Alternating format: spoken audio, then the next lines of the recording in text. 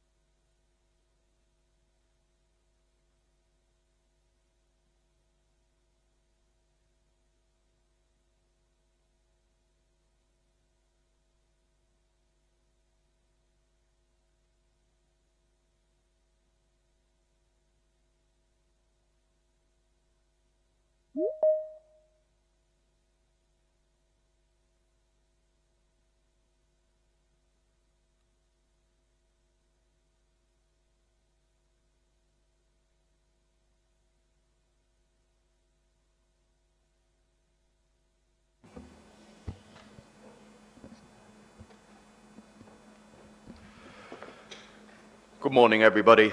It's 9:30. I now resume this inquiry into the decision of North Somerset Council to refuse planning permission for a scheme by Bristol Airport to expand to 12 million passengers per annum. This is the third day of the inquiry, and in a moment we will hear again from interested persons, starting with the PCAA's 5 remaining witnesses. Before we do that, there are a couple of matters arising overnight which we just want to discuss, at which point I will pass over to Mr. Ware to say a little more. Yeah, thank you. Yes, a couple of points. First point directed towards the main parties. We were looking yesterday with the programme officer at the programming for the next few weeks running up to the break of the inquiry.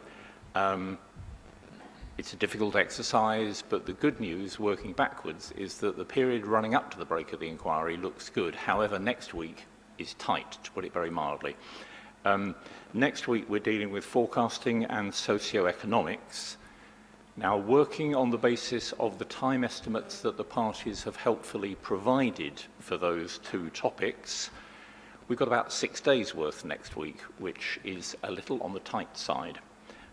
Can I make 2 particular comments on the time estimates? And this is not directed at anybody in particular, but 2 comments. First of all, the length of the examinations in chief.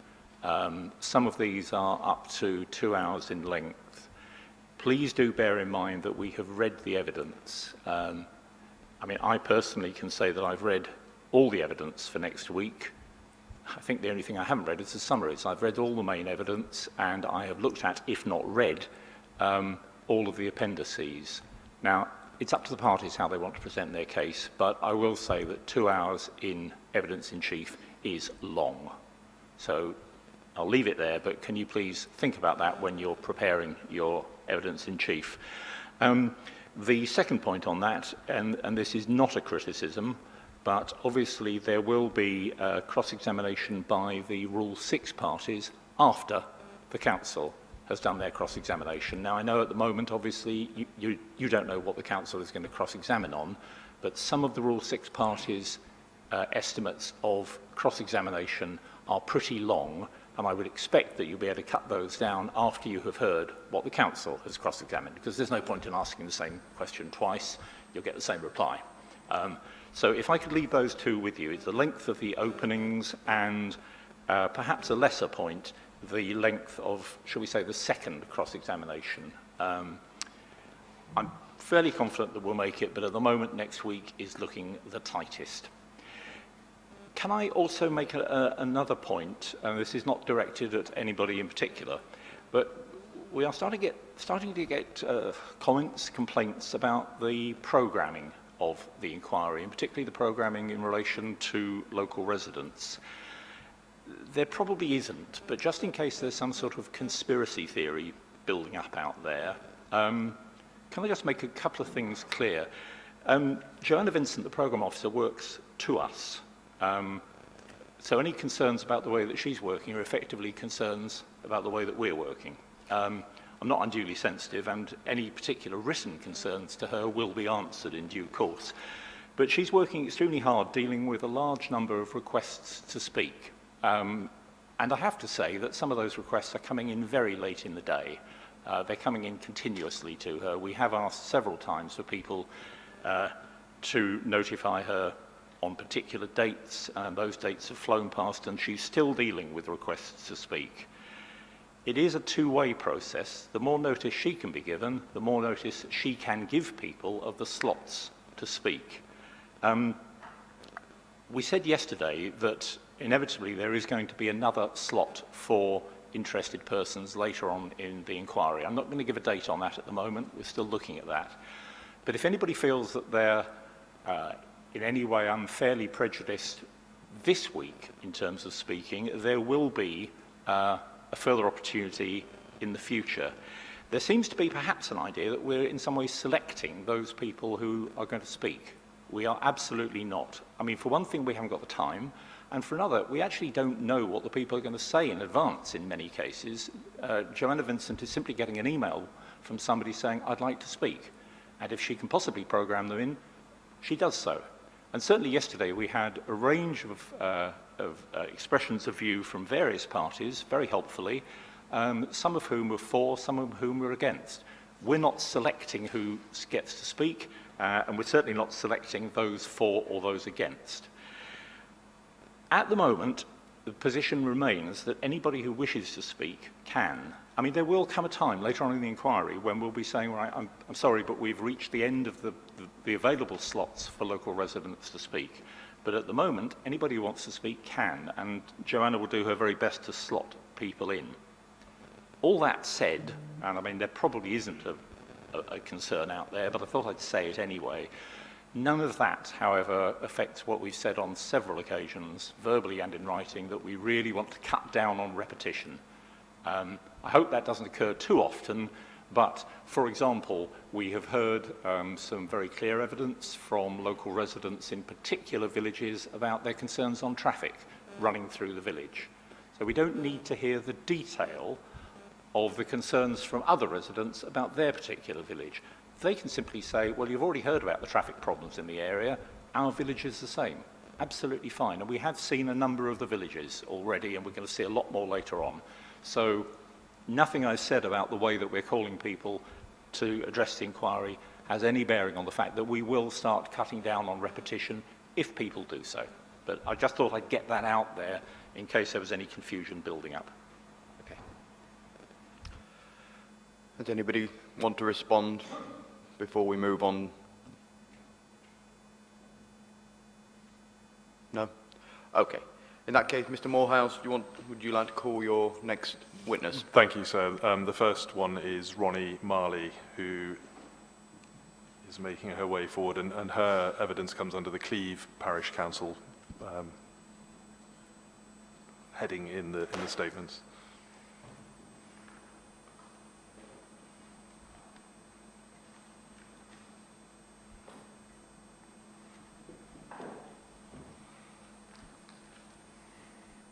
Thank you.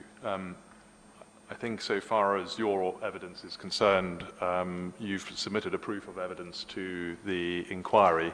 I think you have some concerns about answering questions. Is that right? Yeah, I'm here as a representative of the Parish Council. We've submitted our statement. I'm not an expert, and I feel all our concerns are stated. Thank you. And so just to understand just the context of your statement, I think Cleeve Parish Council is situated to the southwest of the airport with the A370 running through the village. Yes, that's correct. And approximately how far away? I think it's about 3 kilometres away from the airport itself. Yes. You go on to explain, I think, in your statement, information about the environmental sensitivities in the area. Yes, we've got a couple of SSSIs in Two Woods, local combes, and special areas of conservation as well. Thank you. And you then move on in your statement to deal with the question of noise in the vicinity of the village. Yes. We've heard, as the inspector has said, quite a lot of information about noise to date, but can you summarise the sorts of experiences in the Cleeve area?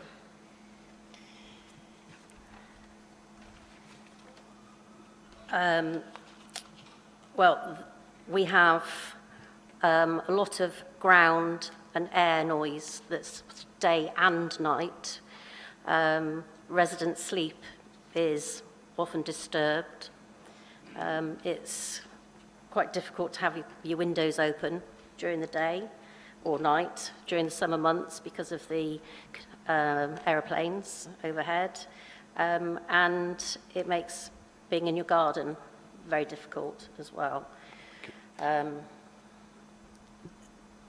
In relation to noise, are there particular times of day at the moment that, well, prior to the pandemic, that were difficult? So, yes, so in the summer months, before 0600 hours, there was a lot of considerable noise with consecutive flights taking off. And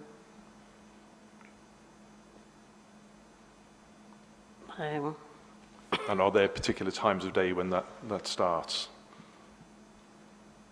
Sorry, are there? Particular times of day when it becomes noticeable. I have in mind paragraph 3.2 of your proof. Yes, so from 0600 hours in the morning, there have been some from early as 0400 hours, so which, particularly in the summer months, are really noticeable because of windows open and everything. So. Okay. Now, you've indicated to the inspectors that you're not an expert, but Yeah. I think you also make some observations about the use of calculations of average noise levels. Do you want to just explain your concerns to the inspector about that?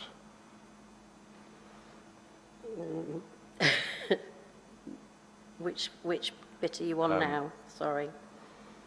I'm trying to follow my notes. Paragraph 3.5. Okay.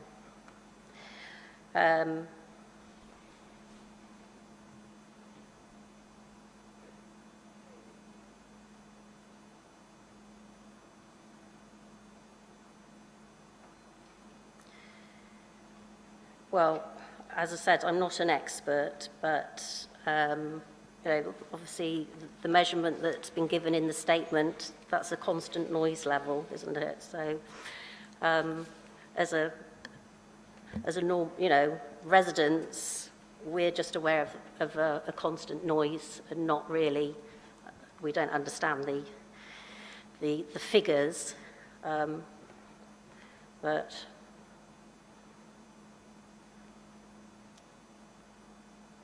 I think, do you want to, would it help if you just had a look at paragraph 3.6 and just maybe read that out? Yeah, okay.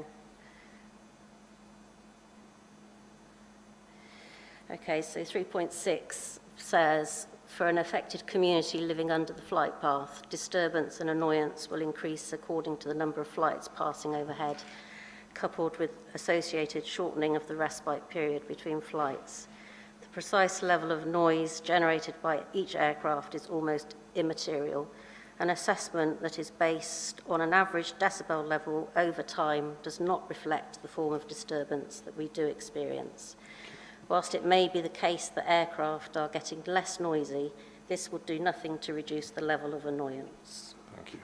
And I think if we go on to paragraph 4 in your statement, you raise concerns about night noise particularly. Yeah. Do you want to just give the inspectors an indication of your concerns about the effect of air movements at night? So, can I read it? Please do, if you I think I'd be happier to read it. So, under night noise, what we've submitted is that in the summer months that there'll be an increase in night flights as the airport still wishes to change the condition from the one at the moment of 10 mppa, which retained a winter limit of 1,000 air traffic movements and a summer limit of 3,000 air traffic movements between 23:30 and 0600 hours, and to replace this with a rolling annual total.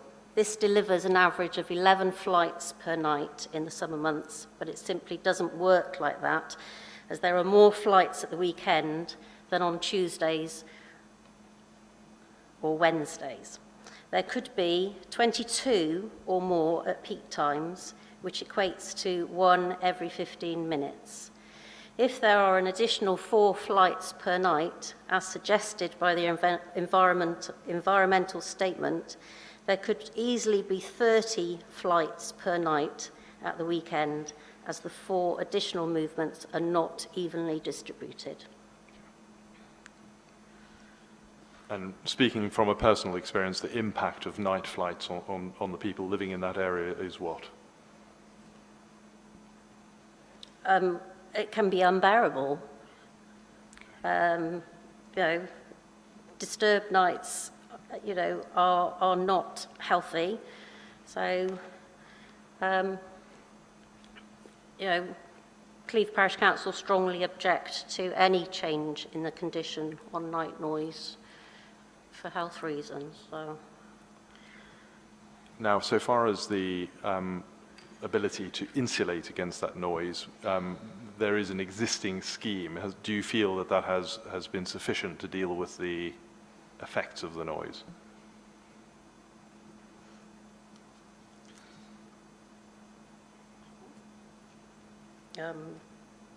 No. So far as moving on to other issues, air quality, do you have any observations, a summary of your the impact on air quality from these flights?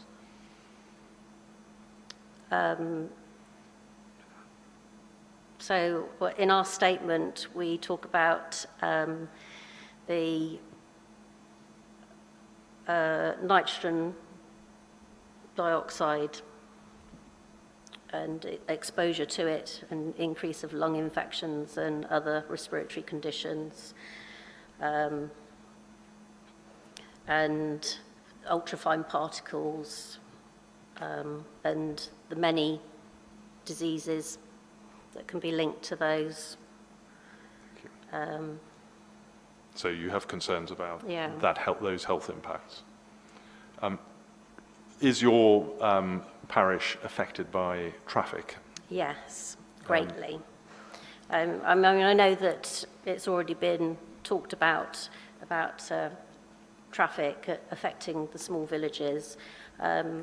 We feel that we are greatly affected because there is an airport bus that stops in the village, which means that there are a lot of people using the airport bus that park in the village for free, which then, has impacts on residential parking. They can be there for 2 weeks. So that has a huge impact on one particular road, which is right next to the bus stop, but it filters out to other joining roads. So. Thank you. I think your statement then goes on to discuss the issues around the delivery of the multi-storey car park, the second one. Again, can you just summarise what your concerns are in relation to that? So our concerns are that the plans for it are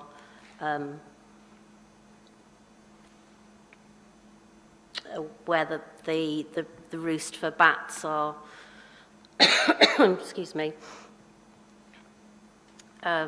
they forage on land adjacent to it, which would have huge detrimental impact to them.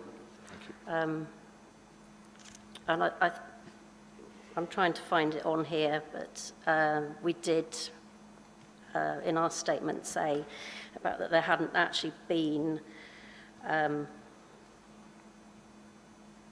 assessment. I think it's paragraph 9.2. You identify that. Yes, so the replacement land, it's not had an assessment on whether or not it's suitable for bats to forage. So that is a huge concern of ours. Thank you. And I think finally, going on to paragraph 10, you raise concerns in relation to climate change and the ecological emergency. What are your concerns in relation to that?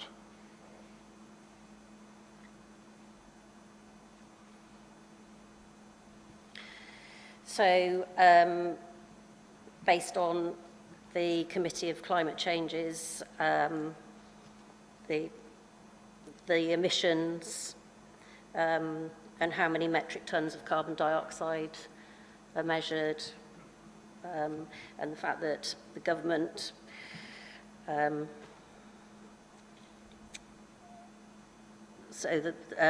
fact that the Secretary of State advised the government that we should be planning for net zero emissions. So. Thank you. So I don't know whether you or your colleagues have any questions. Do you have any questions? I take it Ms. Morley doesn't want to answer any questions from me, and I completely respect that if that is the case. Is that the case? I'd rather not, thank you. Okay. Would you mind if I just asked one question? It's not a technical question at all. And if you don't even want to answer this, then just don't. Okay. Obviously, we hadn't met before, and when I read the proof, you touch on a whole lot of very technical things. The 2020 ICANN report, the Aviation Environment Federation on engine efficiency, habitat regulation assessment, sixth carbon budget. Can I ask, did someone help you write your proof? So this statement has been written following residents' concerns, and it was put together by all councillors on our council. I understand. I understand. All right. Well, thank you very much. Thank you. I won't ask you anything else about it. Mr. Morehouse, I have a few questions, if that's okay. Good morning. Morning. Ms. Morley. Your paragraph 3.6, the last sentence of that says, whilst it may be indicated aircraft are getting less noisy, this will do nothing to reduce the level of annoyance. Could you just explain that to me? Because I must admit, and I am struggling a little bit with that. It does seem to go against everything I've ever understood about noise. Are you saying that there's no correlation between annoyance and the level of noise?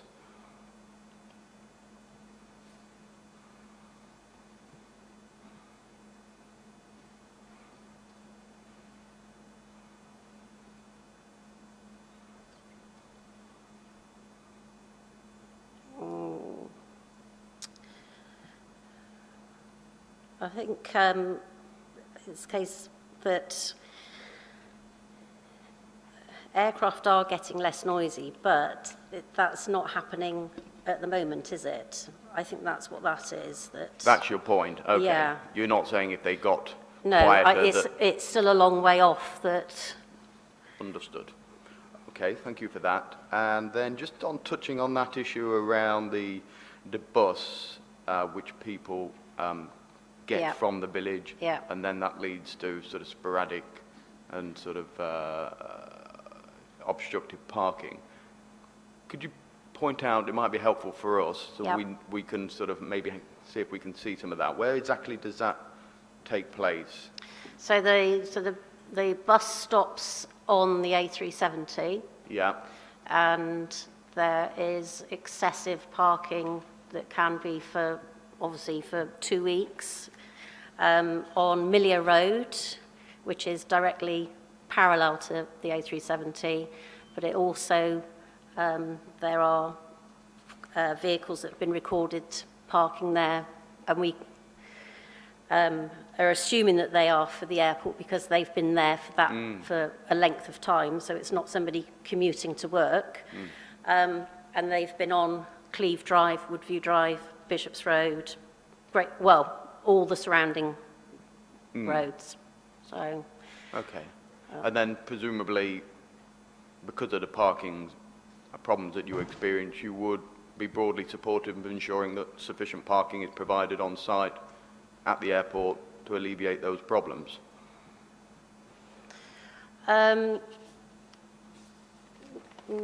No. I think we've said further on in our statement. What would the parish council's solution be? Well, I think that there's an argument for greener travel, yes. There is a plan, I think I've put it in this, I haven't, it's in the statement. So in the conclusion, 11.2, there is a proposed development, but obviously the plan hasn't gone through yet. That could relieve pressure in the village. But as stated, with the car park plans, the multi-storey car park plans, we have concerns about how that's going to impact the environment and our protected species. So, understood. okay. Thank you. Anything further? No. Ms. Morley, thank you very much. Thank It's very you. helpful. So, as you will be aware, the next witness on the programme is Robin Geacock, whose statement comes under the Churchill Parish Council heading.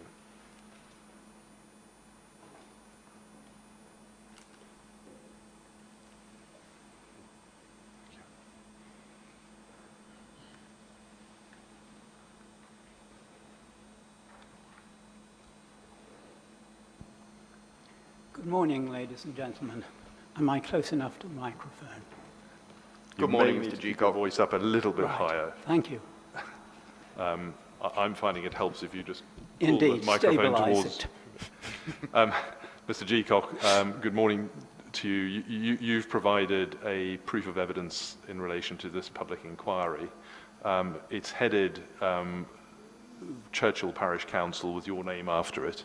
Are you speaking individually or on behalf of that parish? So this is a document prepared by a committee. I am a representative of the parish council, but also of parishioners within the parish. We tried to make it representative of what we deem to be local concern. Thank you. And just again, from the point of view of orientation, where is the Churchill Parish Council in relation to the airport? Yes, indeed. Well, it might also help if I alluded to the previous speaker, because Cleve and Churchill are both close to the airport, but we in Churchill are somewhat further south, and indeed the road that we sit upon that bisects us is the main A38, which is part of the country's major road network. So in fact it's about as busy as the A370 would be a reasonable summary. Thank you. Now, so far as the parish council stands towards expansion of capacity at the airport, what is the view of the parish in broad terms? Well, in broad terms, we acknowledge the benefits that an airport may offer, but we are highly concerned that the present proposal for expansion is expansion far too far. And one of the principal reasons for that is the extraordinary situation of this substantial regional airport by comparison with others, which is that we in this area at Bristol have no alternative but one sort of surface access, and that's by road. There is no other way of reaching that airport.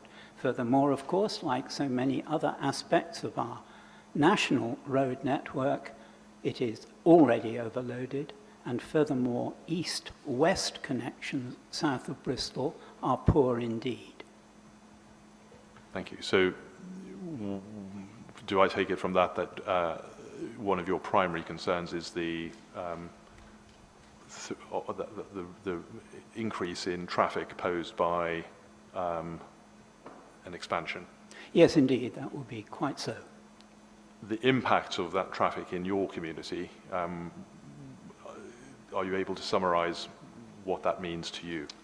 Well, the difficulty is like this. The network as a whole is arguably congested much of the time, but of course the whole of this area is also subjected to an annual variation in traffic densities. So quite apart from the commuter load, which of course is periodic during the day anyway, we also have the holiday load, which peaks in the summer months. Of course, the airport's own holiday load, because this airport is primarily a holiday destinations airport, also peaks in that same period of time. And I think there is also, by way of background to that issue, I think in your statement you make reference to, at paragraph 1.2, the number of houses in the area and recent developments in relation to that. Yes, indeed. We have, as you will gather from the figures, been subjected recently to a very dramatic increase in house numbers. Furthermore, a substantial part of that building has occurred on what previously had been the relatively unpopulated side of the A38. That is on the eastern, well, the southeastern side of the road, on the Mendip edge. This now poses a new and rather particular difficulty for the residents of these new houses, because some of those are situated very close to the road, and the A38 at that point is close to a seriously congested traffic light controlled junction. Queuing is substantial, and as a consequence, pollution is rather high. Now, in your proof of evidence, you deal with, and I'm just moving down towards the summary, but maybe you want to expand on it. You deal with a number of issues, such as the economic passenger traffic forecast. Do you want to say anything in relation to that? Yes. Well, our problem is this, I think, in general, that we as citizens look at the economics as proposed by the airport, and we look at the circumstances with which, or rather the estimates, which are offered by other independent organizations, including government bodies, and we see a disturbing disparity which is increasing between these two. I mean, if you look at, well, say, the Office for Budget Responsibility assessments that have been made over the last year, which includes this traumatic period of the pandemic, they have altered understandably and substantially as a consequence of the fact that we learn more about this disease. But quite apart from that, I mean, another element of this is the impact that we are now well aware of concerning climate change and the impact of carbon emissions on this problem. And in both contexts, the message would seem to be, to us, that no rapid return to the situation that you would have anticipated looking at the past seen in 2019 is now to be expected. So does it follow that you think it's an unnecessary exercise, this application? Well, worse than that, I would suggest that it is counter to the route that we as a society and we as a world should take if we desire a satisfactory future for humankind.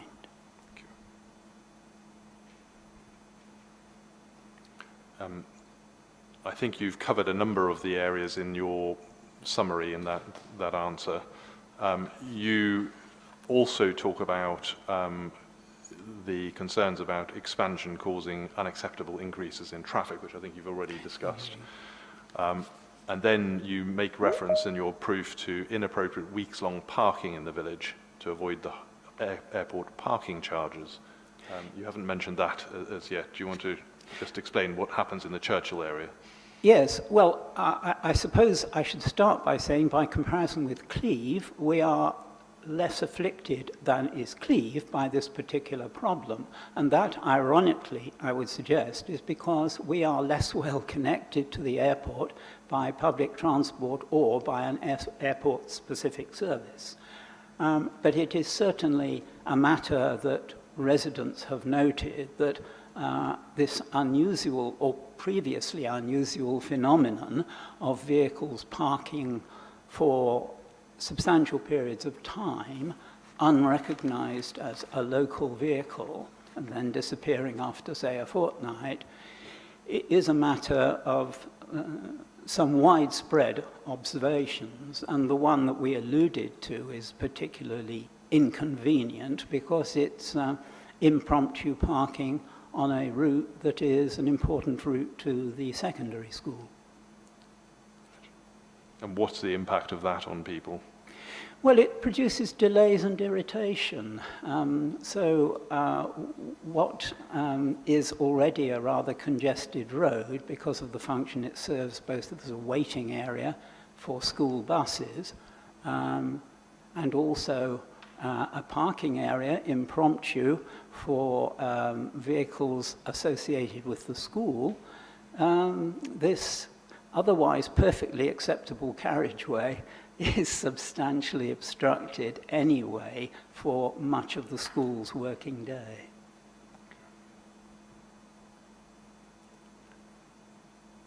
And then moving on to, I think your last, the last part of your summary, you make reference to, due to civil aviation rule changes, you're going to be another parish immediately under the flight path. Can you amplify that, please? Well, the present position, as I understand it, is that regulation has now been implemented, but I'm uncertain on that matter, and others can correct me, because it was pending when we wrote that observation. But my subjective impression would be, from the increase in air traffic that we can now sample, that the rule change has been implemented. But at all events, it's yet another parish which, were this the case, would be afflicted very directly by noise. Our point at the moment is that because of our geographical position, yes, we notice it, but it's not a matter of overwhelming concern, as it would be if we were immediately under a flight path. Thank you. And so in summary, from Churchill Parish Council's perspective, what is your view of the appeal? Well, that it's unfortunate that that BAL has pursued this matter in present circumstances, when all the evidence indicates that what was already a rather unsatisfactory case, I would suggest, on various grounds, has now become an even more evidently unsatisfactory case as a result of the circumstances, the change in circumstances of the last 2 years. Thank you. If you'd like to wait there, then there will no doubt be some questions.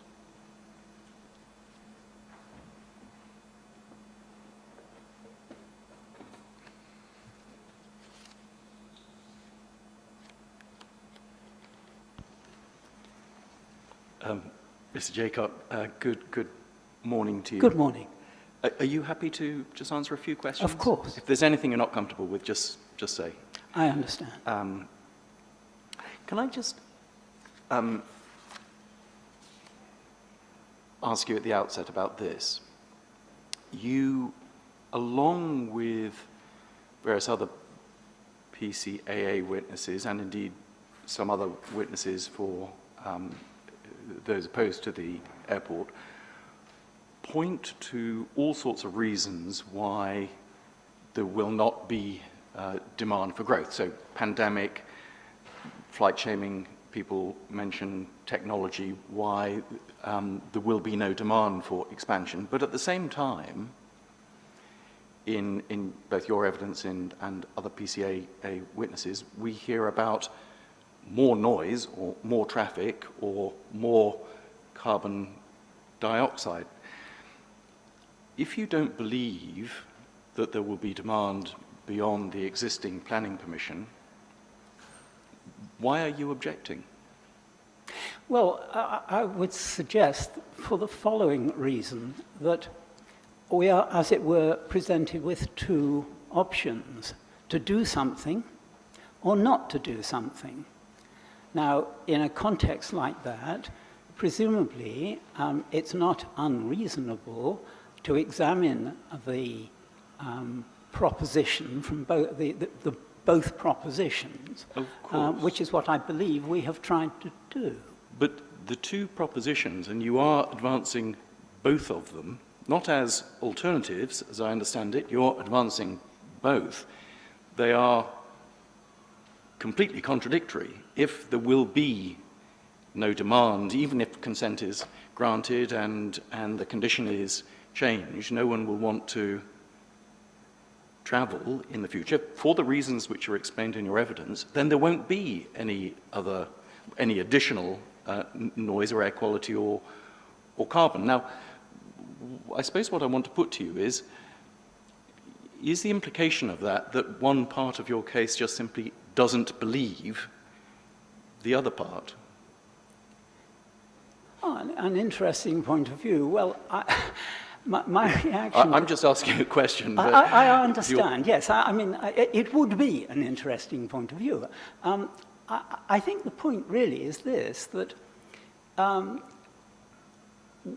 what planning matters have to attend to, and what those contemplating building an airport have to consider, is something relatively immediate as one consequence, and that is whether you do or do not do something that you propose, but on a relatively short time course. Mr. Jaycock, I don't want to... do excuse me, because I am interrupting you, and I was about to say I don't want to interrupt you. But I quite like it if you could just address the sort of precise point. Can we agree, first of all, that there is an absolutely central contradiction there? Either passenger numbers will exceed 10 million in the future, assuming permission is granted, or they won't, and the effects, the adverse effects you're talking about, only exist if we exceed that 10 million. Can we agree in the sort of logic of that basic position? Oh, indeed, yes. And so, for your part, and it may be other members of the PCAA team will have a different view, which of the alternatives do you believe? Do you think that there has been such a change in attitudes to flying that we will never exceed 10 million and therefore these effects will never come about? Or is your view that the demand will return, we will exceed 10 million, assuming permission is given, and the effects therefore are something that the inspector should be concerned about? To which I respond as follows. We live in a messy world, and one of the elements of that is as follows.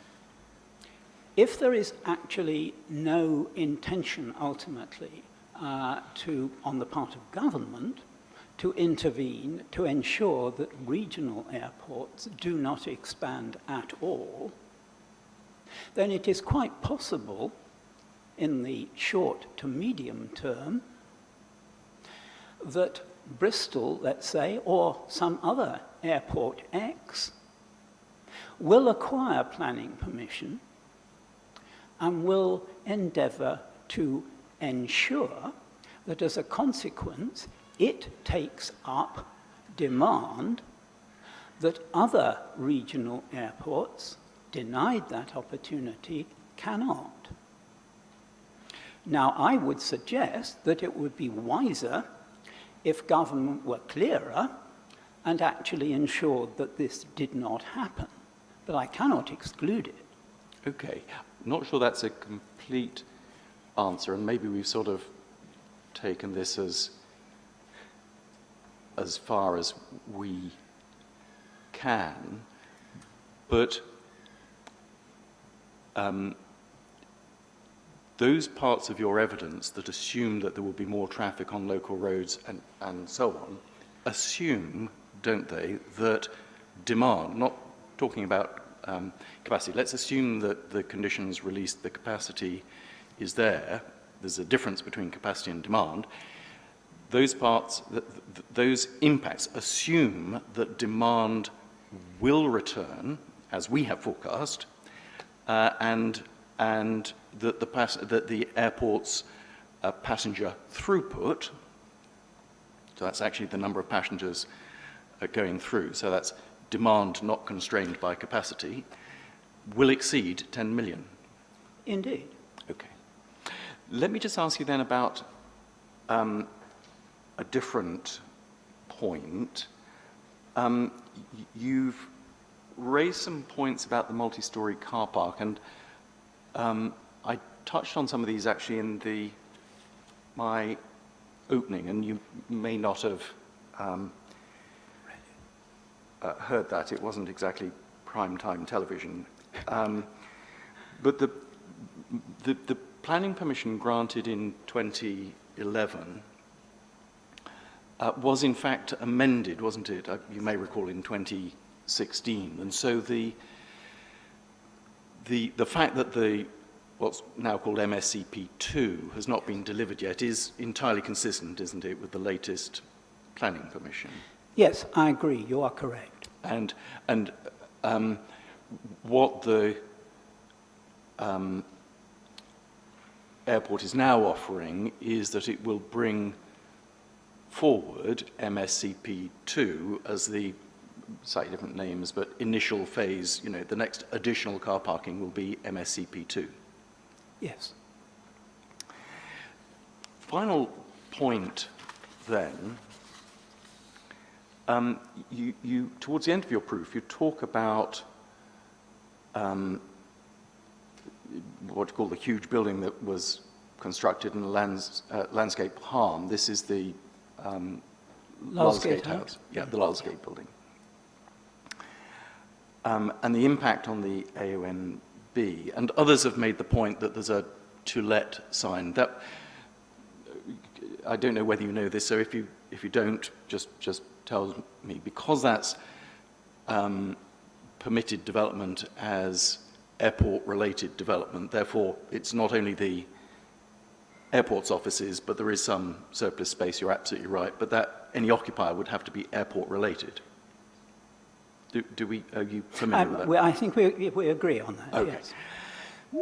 You're concerned about that building, and I think it's some frustration about that building because of impact on the Mendip Hills AONB, therefore a landscape impact. Am I right in understanding, therefore, that you would not want to see, for example, multi-storey car parks or decked car parking in what is the current silver zone? Because some people have suggested, don't expand silver zone, put a multi-storey car park or decked parking there. Am I right in thinking you would be concerned about that because of landscape impacts? I would be, indeed, personally. I mean, I can only now, of course, speak for myself. I completely understand that. So, yes, I would be concerned. But I think one of the major elements at issue here is visibility from the surroundings. And depending on precisely where you site a high building, it will be more or less visible. Unfortunately, Lulsgate House is about as prominent as it could contrive to be because of the topography. And we've carried, I'm not going to ask you about it, but we've carried out a landscape and visual impact assessment of putting multi-storey car parks in in different locations, and we'll no doubt get to that later in the inquiry. Mr. Jacob, thank you very much. You've been very patient with me. Not at all. Thank you. I think I'm going to be known as Two Mikes Humphreys from now on. Nothing? No, nothing? No. Thank you very much, Mr. Geacock. Thank you. So I'm told that the next person on the itinerary, Kathy Curling, is delayed, I think, and is only due here at midday. What I propose to do, subject to your better view, is to proceed with Jocelyn Ryder-Smith as the next witness. And so you'll note that her statement is, or proof is 1 page. It might be easier if she simply reads that to the public. If you I'm struggling to hear. I don't know what you just said. I'm sorry. I was just saying it might be easier if you simply, for everyone, if you simply read your proof to the inquiry rather than going through. Oh, with okay. questions. So rather than responding to questions, Yes. just read this and then see if there are questions. Yes, please. Okay. I have to say the first... If it puts Ms. Jocelyn Smith's mind at rest, I wasn't proposing to ask any questions, so please read and don't feel at all nervous. Okay, well, we'll see what happens. I want to say that the first point is profoundly the most important, but the rest matters too very, very much. The first point is this. Airports are a huge source of pollution and damage to the climate. If our children, grandchildren, and great-grandchildren are to inherit a livable world, we have to take damage to the climate with the utmost seriousness. I am unlikely to see my great-grandchildren born, but I have 6 grandchildren, and I'm deeply concerned about their future long after I will have died. We should be flying less, much, much less, not more. Bristol Airport is not well served by transport links. The A38 cannot cope at holiday times with the amount of traffic using it to get to the airport. We often get stuck at such times in traffic jams. And sometimes, when there is any kind of obstruction on the A38, our network of small local lanes becomes choked with cars trying to find an alternative route to the airport. I have been in such a traffic jam only a mile from home, but unable to get home for over an hour. Traffic does not only choke and overload our roads, it adds pollution to our environment. We cannot avoid breathing noxious fumes, and aeroplanes contribute to the fumes. I can sit in my garden on a summer's day and smell the petrol of the plane just taking off from the airport. Of course, planes also create noise which stops conversations and hides the sound of birdsong. But if you allow the airport to have more night flights, our nights will become almost unlivable. Our sleep will be broken, and our health will suffer. More and more research is showing how large a part sleep plays in our overall health. It's as important as diet and exercise. Do not take our quiet nights from us. And I want to interject that even if flights become quieter they will still wake people up. You're not going to have silent aeroplanes. In addition to these issues, there is the problem of parking. There is not enough parking space at the airport, and our beautiful ancient fields in our precious green belt are often filled with illegally parked cars. I see them when I go for my walks. There is, in any case, likely but not certain to be a reduced call for flights, as we've learned other ways for business people to communicate across the world and the country. People can meet on Zoom or whatever. This saves time and money and helps the environment and climate. Let's celebrate and build on it, but we cannot be sure there will be a reduced call for flights. So we should act on the belief that there would be an increased, or there could be an increased call for flights, and the increased damage to our environment, both locally and with the whole world. For all these reasons, the airport must not be allowed to expand.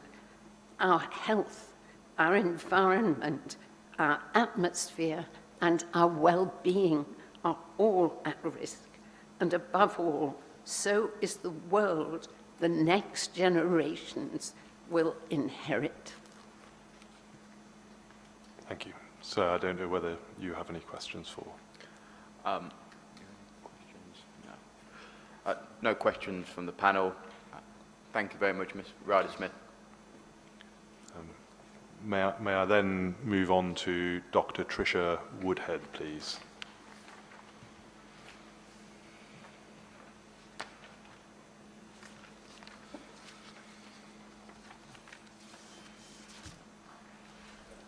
Thank you. Dr. Woodhead, you have provided a proof of evidence to the inquiry, and I think you do so with both the perspective of being a resident of Dundry and also a retired consultant radiologist and medical director for the Western Area Health Trust. I do. I wonder whether, I'm going to go through the statement, but just from your personal perspective of living in the Dundry area, I wonder whether you can give us some sense of the impact on your life. Well, obviously my statement says it as it is. So this week, I live 3.5 miles from the airport, on top of a hill. This week we've had flights taking off our way and ironically landing our way, just because there's very little wind, and when it has been windy, it's been coming from the east. So each morning, 6 or 7 flights take off, and I can see from the schedule there are 10 due tomorrow, between 6 in the morning and 7. And so whatever your wish, you're awake. With or without the windows open, because the sound in what is a relatively well-insulated house with the windows shut is still way over what the World Health Organization recommend as being safe and reasonable in our modern world, now that we know the impact of noise on people's health. Of course, with the windows open, you might as well be in the garden, which is 60. Or if I were to just walk my dog early in the morning, I know, because I have a decibel app on my phone and my iPad. I'm not a nerd. I just like to know exactly what's going on, that when you get that rattling noise in your ear, it's 65 to 70 decibels. And those are new planes. This year, they're new planes. We haven't had any 757s, which are terrifyingly noisy. And TUI, one of our companies, has become one of the quietest aviation holiday companies, and they pride themselves on that. But either way, we're still in very, very loud local noise. So I absolutely support the comments that have been made by my residential colleagues, who I haven't met before, earlier this morning. I suppose the second thing to point out is, going back to my work experience here in the southwest. I was commuting for 30 years from my home here to Weston to the hospital. And when I first joined the hospital staff there, I had to come in on call quite frequently at night, and it would take me 20, 25 minutes to drive, no traffic. When I retired from clinical practice in 2014, on the occasion I had to come in the middle of the night, the A38 would be like daytime. I would queue up to get out onto the A38 to get across, to come down one of the lanes that our Cleve colleague mentioned, Brockley Coombe, queue again to get to the lights, to get onto the A370. And the density of traffic, and we're talking 7 years ago. So my point is that enough is enough for all the reasons that have been stated already. That to give permission for what would be a 20% increase, first off, whatever the demand would be, is adding at least 20% to what is already an unsustainable situation. And I hear the point, and I do this quite often, that if you get woken up at 6:05 as 3 planes go overhead, go to bed at 10 o'clock. That gives you 8 hours sleep. But as you know, although it's not currently happening, that the flights continue through to midnight, and scheduled flights in the summer season quite often take off between midnight and 2 o'clock. So whether they're coming in when they are a little bit quieter for me or leaving when they are seriously noisy, there's no interruption. And it is seriously detrimental to people. And I'm not an expert in noise, I know you have one giving evidence, but I'm an expert in it by experience of the impact. So it's stressful, it wakes people up, even disturbs my dog now actually, because she's got used to less noise from the pandemic. And it creates hypertension, creates all sorts of endocrine changes, which are silently, if not obviously, detrimental to people's long-term health. That was rather a long answer to your question. No, thank you. I was just going to come on to, well, just following on from that, you've indicated the, I suppose, the current traffic and noise situation, the impact of increasing night flights. It's probably self-evident what that would do, given your evidence. Yes, I mean, I'm talking about this week, where we know that the numbers of flights from the airport has increased over and above the last 12 months, but is nowhere near what would be happening normally if this was 2019, for example. And as I understand, and we've heard this morning, as we know, however the numbers look on a spreadsheet, the reality is they're batched because that makes economic sense for the airport. And if a flight is taking off at 6:05, 3 flights actually this morning, 2 at 5:05 and 1 at about 4:15, I think, if I remember, those cars are traveling to the airport between 2 and 4 o'clock in the morning because they have to be there at least 2 hours ahead. Which would explain my experience of the A38 in the middle of the night, but also would explain the noise intrusion from cars of other local residents. So you get the cars first, and then you get the plane. Thank you. I just want to, if I may, just turn to your medical assessment of the impacts of this on people's health. I think there's a paragraph on page 4 of your statement which sets out what we know. I think there are some 5 points that you list there. It may be easier to work from that. If you can just assist us by working through that and explain what the consequences are on people's health from what's happening. Sure. Well, obviously it's an area of research that I've paid attention to over the years. But paid particular attention to in the last 2 or 3 for obvious reasons. But I think I was surprised at the volume of good medical evidence that there is now of the impact of disturbed sleep. And I know in the past, because I remember at previous circumstances like this, where the airport was expanding, there was a sense that some people are more easily disturbed than others, and that if you're not woken up and don't remember being woken up by the noise, then it didn't happen. It wasn't a disturbance. But what we know now, through quite carefully carried out research, is that actually you may not remember being woken up. In fact, you indeed may not actually be woken up, but many of your internal regulatory systems are definitely woken up. And so your blood pressure goes up, your cortisol levels go up, there is disruption to the balance of your appetite suppressors and promoters, and therefore whether or not you are feeling tired in the morning, which obviously sometimes you will be, and the consequence of that, fatigue, there are other physiological changes that happen to you that you may not know about. Now, I can only tell you that I have hypertension. I'm a pretty fit person, and I found it incidentally about 9 years ago when I had an accident and I had to have my kidney removed. That's what happens, is there is silent damage to people's general well-being and health, not what you hear about, that we woke up and we can't open the windows, and sitting in the garden having a cup of tea, you have to stop talking because a plane passes over.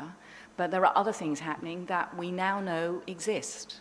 So to deny their importance, especially as it's now widely publicly known, is a serious consequence. And I'm here to highlight the fact, because I think otherwise we are building illness and chronic illness, indeed in many cases limited life expectancy, in the populations around and about an airport. Thank you. And so just going through that list, having less than 6 hours of good sleep a night means you're likely to have a higher than average body mass index because of sleep deprivation affecting the appetite regulating mechanism. Higher body mass index, consequences for people's health. As we know, one very recent one we've discovered is susceptibility to COVID-19. But the second one, of course, is type 2 diabetes. Now, I'm not going to sit here and say that Bristol Airport has caused the prevalence of type 2 diabetes in North Somerset. But I am saying that internationally, sleep deprivation does increase the chances of people being of greater weight than their healthy weight should be. Okay. I do know that North Somerset had its first case of type 2 diabetes in a young person, very, very unusually, while I was medical director at Western, actually. Now, but the point of all of this is that all these impacts are accumulative. And to just allow one to get away with expansion and increasing the noise load on people means that we have to put a lot more effort into those other things that we have to work on: sugar, exercise, diet. If I can just carry on going through, poor sleep associated with increased secretion of insulin leads to more fat storage. Is that essentially a similar consequence to that? Yes, I think it's like many things in the human body. We know far more about it than we did even 5 years ago. There's a very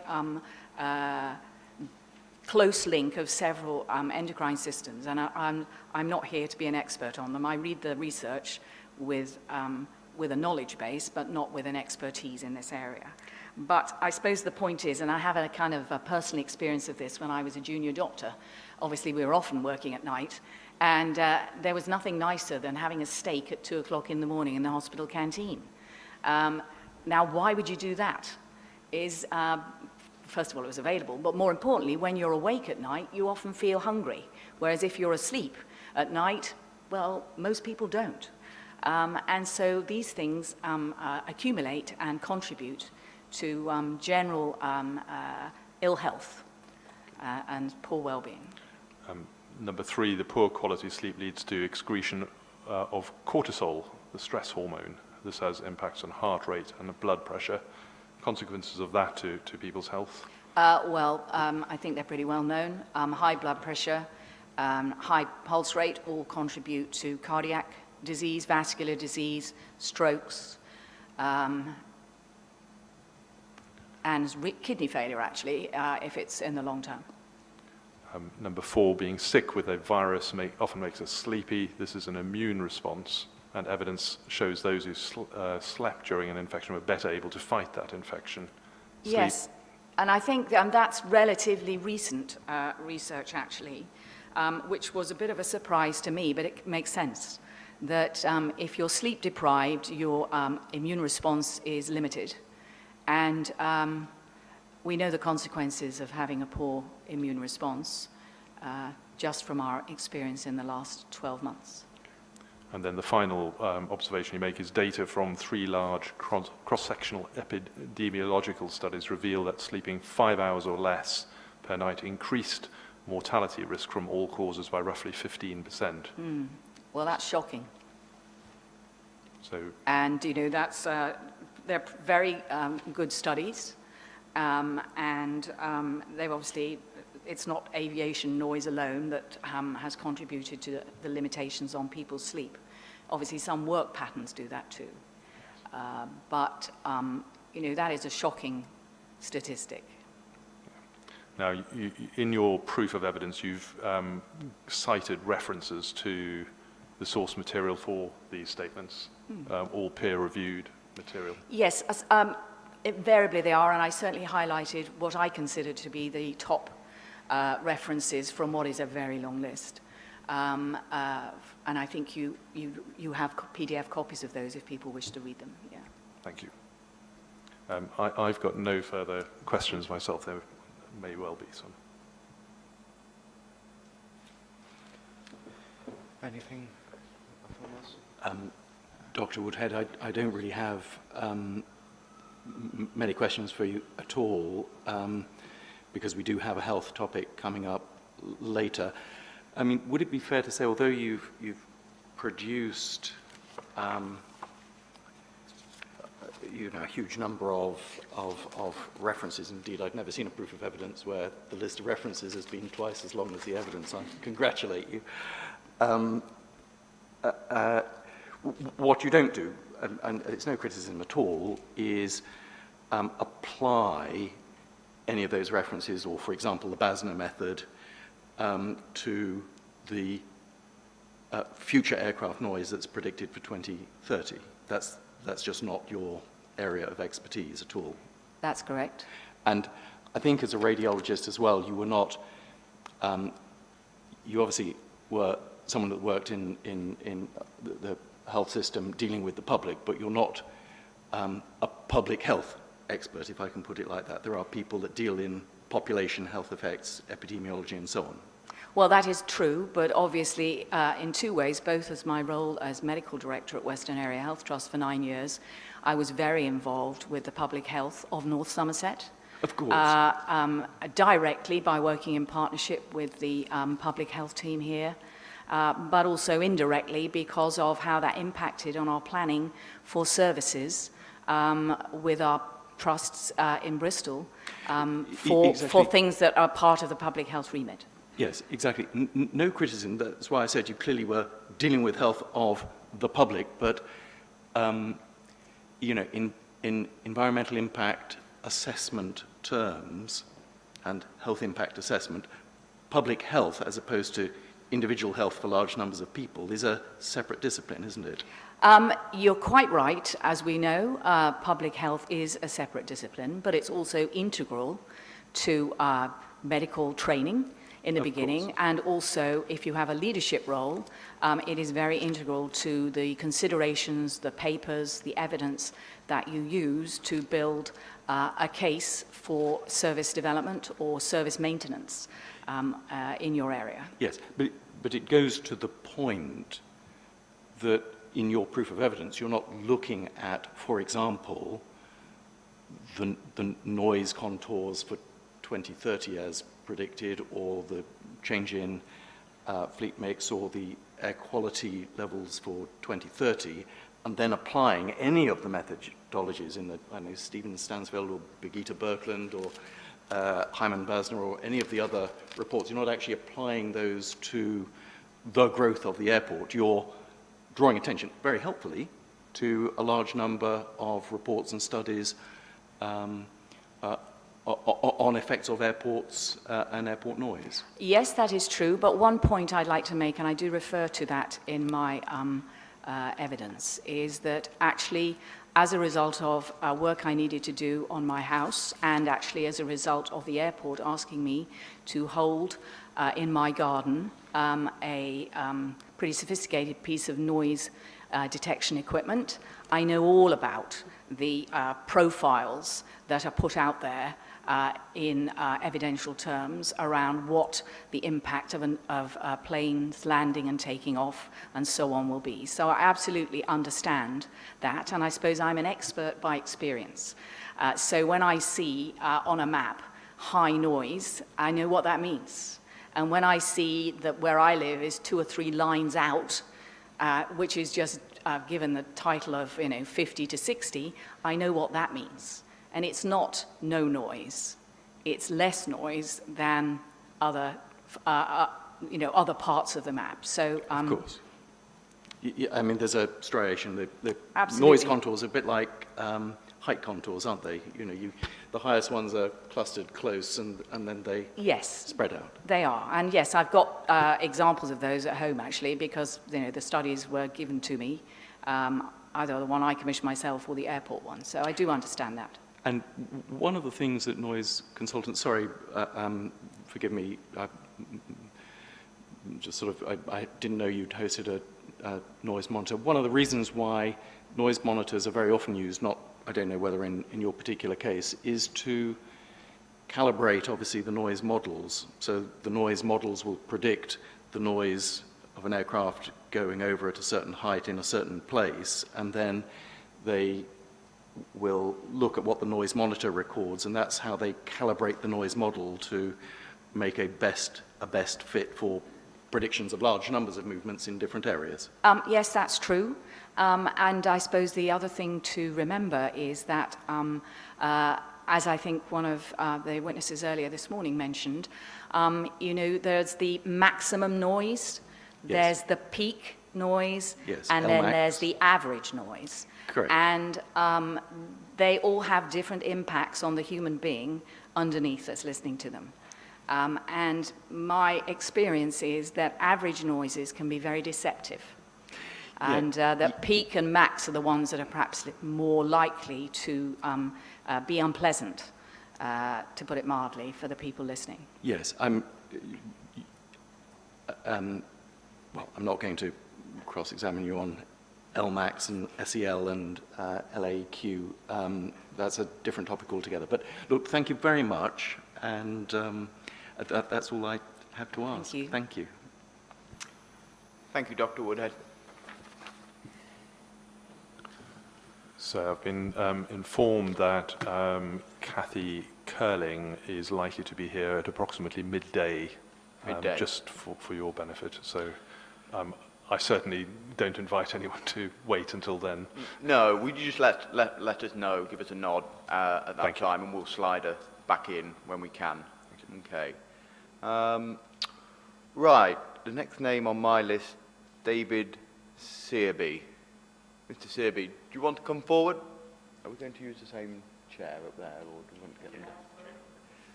them? What now?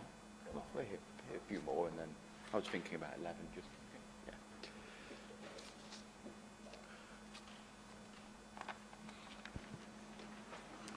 Can you hear me okay? Good. Yes. Good morning. My name is David Searby. In my professional life, I manage a team of 18 people and control a revenue budget of £750,000 a year. Because of the climate emergency, I've stopped flying for the last 4 years. I would like to address the economic aspects of Bristol Airport's expansion proposals. Bristol Airport's claims about the economic benefits can be found on their website. They claim the expansion will connect businesses to new markets. In fact, the vast majority of flights from the airport are for tourism. According to the CAA, only 15% of departures from UK airports in 2019 were for business. We also need to consider the impact of COVID. In a recent YouGov poll of 1,400 business passengers, 5% said they would stop flying altogether once restrictions were lifted. 40% said they would take fewer business flights, and only 13% said they would take more flights. I regularly video conference with teams in India, and video conferencing has been shown to be a way to avoid the need for business travel, which has been hugely expanded, as you know, during the COVID crisis. Bristol Airport claimed that expansion will enable tourists to visit the region. In fact, of the 75% of flights from the UK, to and from the UK for international leisure trips, the two-thirds are UK residents taking holidays abroad, meaning that far more UK residents fly out for holidays than foreign visitors fly in. Both incoming and outgoing air travellers spend around £700 per head on holiday, £700 per head on holiday. But because more UK residents fly out than international travellers fly in, the UK operates a significant travel spending deficit. Indeed, about £30 billion moves out of the economy every year due to international travel. The problem is getting worse. After inflation, this deficit doubled between 2012 and 2019, driven almost exclusively by increasing numbers of passengers flying out of the UK. Bristol Airport claimed that the expansion would generate 1,000 new jobs. In fact, the job intensity of aviation, i.e. the number of jobs per passenger, has been falling consistently for more than a decade. A recent report by the New Economics Foundation showed that airport sector jobs haven't recovered from their peak in 2007, despite huge growth in passenger numbers. We have plenty of evidence that this trend will continue as airlines exploit the economic crisis as an opportunity to squeeze working conditions and pursue further efficiencies. I am sure that other speakers will outline the grave impacts of airport expansion from climate change, noise, and increased car traffic. I believe the evidence above shows that Bristol Airport's claim that these harms are justified by the economic benefits does not hold up to scrutiny. Just to add, all the reports I've referenced, I've got the links on my submission. Thank you very much for your time. Cheers. Thank you, Mr. Searby. Will you make sure that the case officer has an email copy of your script? Thank you. Did you want to ask any questions? As a generality, sir, no. If I do at any point, then I'll shout. You'll let me, yes. Okay. All right. I think we will have a short adjournment then. It's gone 10 to on my watch. Should we come back at 10 past? Quarter past. Let's come back at 11:15. The inquiry is adjourned. Thank you, everybody.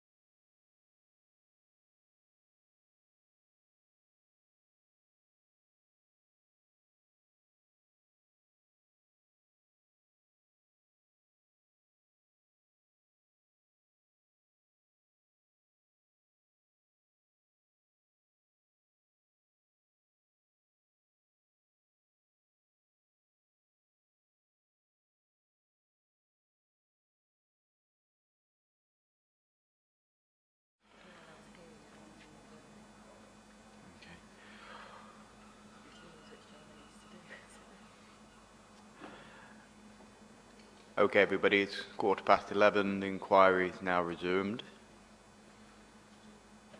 Looking at my list, I have a name, Mr. Roberts. Do we have a Mr. Roberts? No. Mr. Roberts, 11:30. Miss Denny? Right. Are we going to the virtuals then? Okay, starting with Dr. Leaf. Dr. Leaf, are you with us? Yes, I'm here. Very good. Do you want my camera on? Yeah. Carry on, give your statement. Okay. Thank you for the opportunity to contribute. I am a retired consultant paediatrician and Bristol resident. And I mean, I fully endorse all that has been said about health by Tricia Woodhead, but I have written because I'm very concerned about the impact of climate change on children and young people and on future generations. And I do not think that now is the time to be expanding flight capacity. And I think the airport expansion contradicts the recent advice of the Climate Change Committee. As I'm sure you all know, the Climate Change Committee was established under the Climate Change Act of 2008 to provide independent, evidence-based advice to the UK and devolved governments on how to set and adhere to carbon budgets in order to reduce the risks of catastrophe. And we should respect their advice.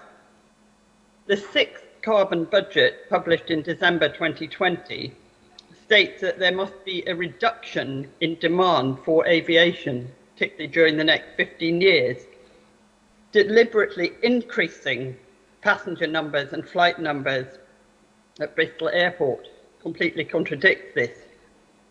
It also states that expansion of any airport should be balanced by reduction elsewhere, and I have seen no evidence of a discussion on this. It also states that emissions from international aviation must be included in our emission calculations. And if this is done, then it will be impossible for Bristol Airport to be carbon neutral by 2025, which is what they're saying. So on these grounds, I think that expanding Bristol Airport now is very irresponsible and will add to the already significant risks being placed on the lives and the future of our young people. And I would make a plea for this to be a high priority in the decision making. Thank you for the opportunity to speak. Thank you. Any questions? No. Dr. Leaf, will you make sure, if you haven't done so already, that you email the case officer with a copy of your speaking notes? Would that be okay? To Joanna Vincent? Yes. Yes, I will do. Thank you very much. Thank you for speaking this morning. Thank you. Okay, Mr. Alistair Tudor, are you with us? I am indeed. Good morning. Morning. In your own time, whenever you're ready. Thank you very much. Thank you for the opportunity of speaking to the committee. For context, my name is Alistair Tudor. I'm the operations manager for Somerset Chamber of Commerce. Somerset Chamber of Commerce is a business representative body and the voice of business in Somerset, and it's good to see colleagues from Business West as well on the panel later. We support growth and inward investment in business across the region, and we're one of 53 accredited chambers to the British Chamber of Commerce. It's clear that business relies on strong and sustainable transport links. We can see that with the improvements in the A358 and the A303, which are leading the way in Somerset already. And the expansion of Bristol Airport will further deliver improvements on the A38 within that scheme. We're clearly encouraging inward investment into the region from existing and emerging economies, and certainly projects like Gravity at Junction 23 of the M5 are going to rely on inward investment quite heavily. The opportunity to expand the airport also opens up new markets for business, which are critical for their expansion after Brexit into the UAE and the US potentially as well. The airport expansion will provide over 5,000 new jobs regionally and over £400 million into the southwest economy, which will support our specialist aviation and manufacturing sectors in the region as well. The G7 summit showed that the Southwest can and it should lead the way in sustainable business growth and investment. And Bristol Airport, I feel, should be leading the way in this, being an aspirational project to many Southwest businesses who are looking to aspire to achieve carbon neutrality. So in conclusion, from our point of view, the expansion of Bristol Airport is critical to ensure the competitive of Southwest, both nationally and internationally. It's an aspirational project for clean growth, and the expansion has the full support of Somerset Chamber of Commerce. Thank you. Thank you, Mr. Tudor. Let me just see if anybody wants to ask you any questions. Oh, shaking head there. Mr. Henderson, no. Mr. Clark, you want to ask some questions? Yeah, thank you. A couple of questions. Can I ask when your Chamber of Commerce put together the evidence you've just given today, did you consider the evidence that's been put to this inquiry about the negative impact on businesses of climate change? That's in the NEF report and elsewhere within our evidence. Have you read that report? It's clear you need to take a balanced view on climate change and business, but I think that we need to make sure that if we're encouraging businesses to engage with climate change, it needs to be an aspiration for them. A project like this, which is encouraging clean growth and actually is going to hopefully produce carbon neutrality through the project, is something that businesses can support. Do you think I could ask for an answer to the question? Did you read the evidence that's been put into this inquiry by NEF? I've read various pieces of evidence, yes. Thank you. So you did read it, did you say? Yes, read it, yeah. Okay, thank you. And have you asked the businesses in your organisation, have you surveyed them in some way to find out what their opinions are on Bristol Airport? Were there diverging opinions on Bristol Airport? Yeah, of course, there's going to be diverging opinions. We can't. We have over 500 members of Somerset Chamber of Commerce. Our view is that clean growth, clean expansion, clean support of business is absolutely critical. I could sit here and give you 500 different opinions, I'm sure, if I'd spoken to every single business. But that's just not practical. So we have to try and take an overview around clean growth.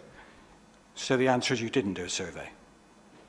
I haven't done a survey on our members, but we do survey them regularly and ask them what's important to them. And certainly clean growth is right up there, yeah.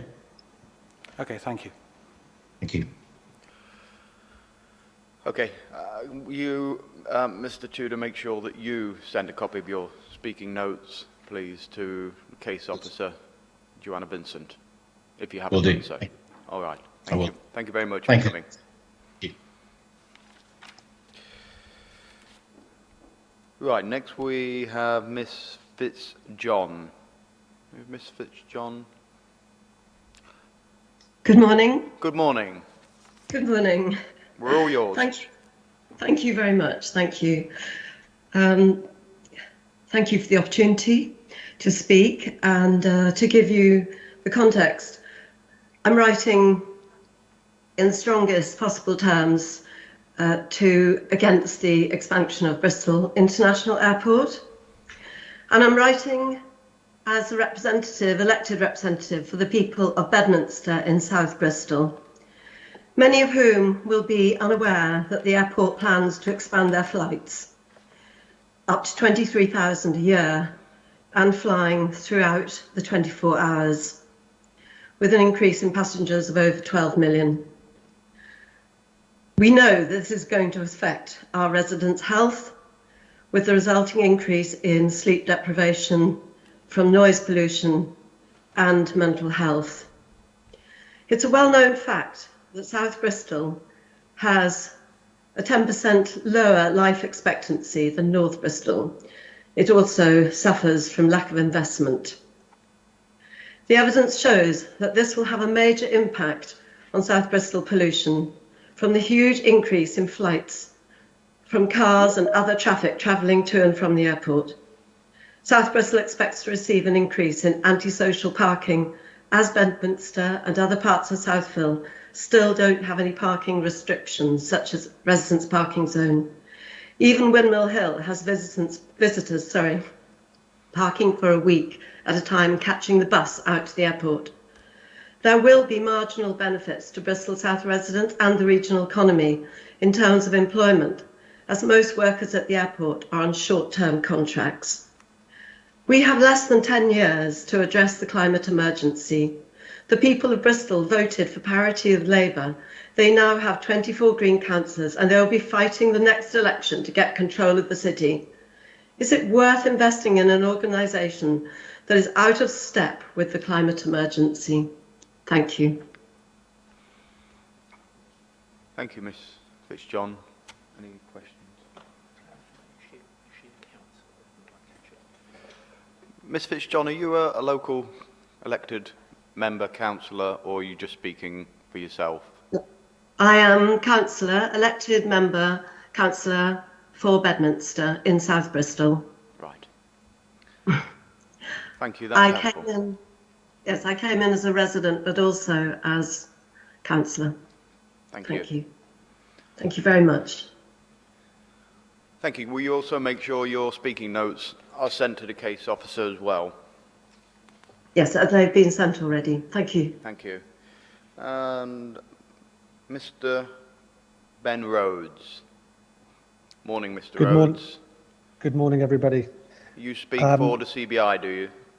That's correct, yeah. So I'm delighted to be able to speak for the Confederation of British Industry this morning, with members representing businesses of all sizes and sectors, but most importantly, aviation users.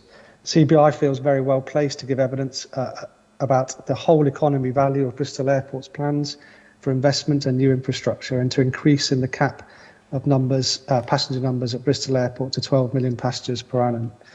So in short, the CBI supports Bristol Airport's expansion plans, and there are three primary reasons for doing so.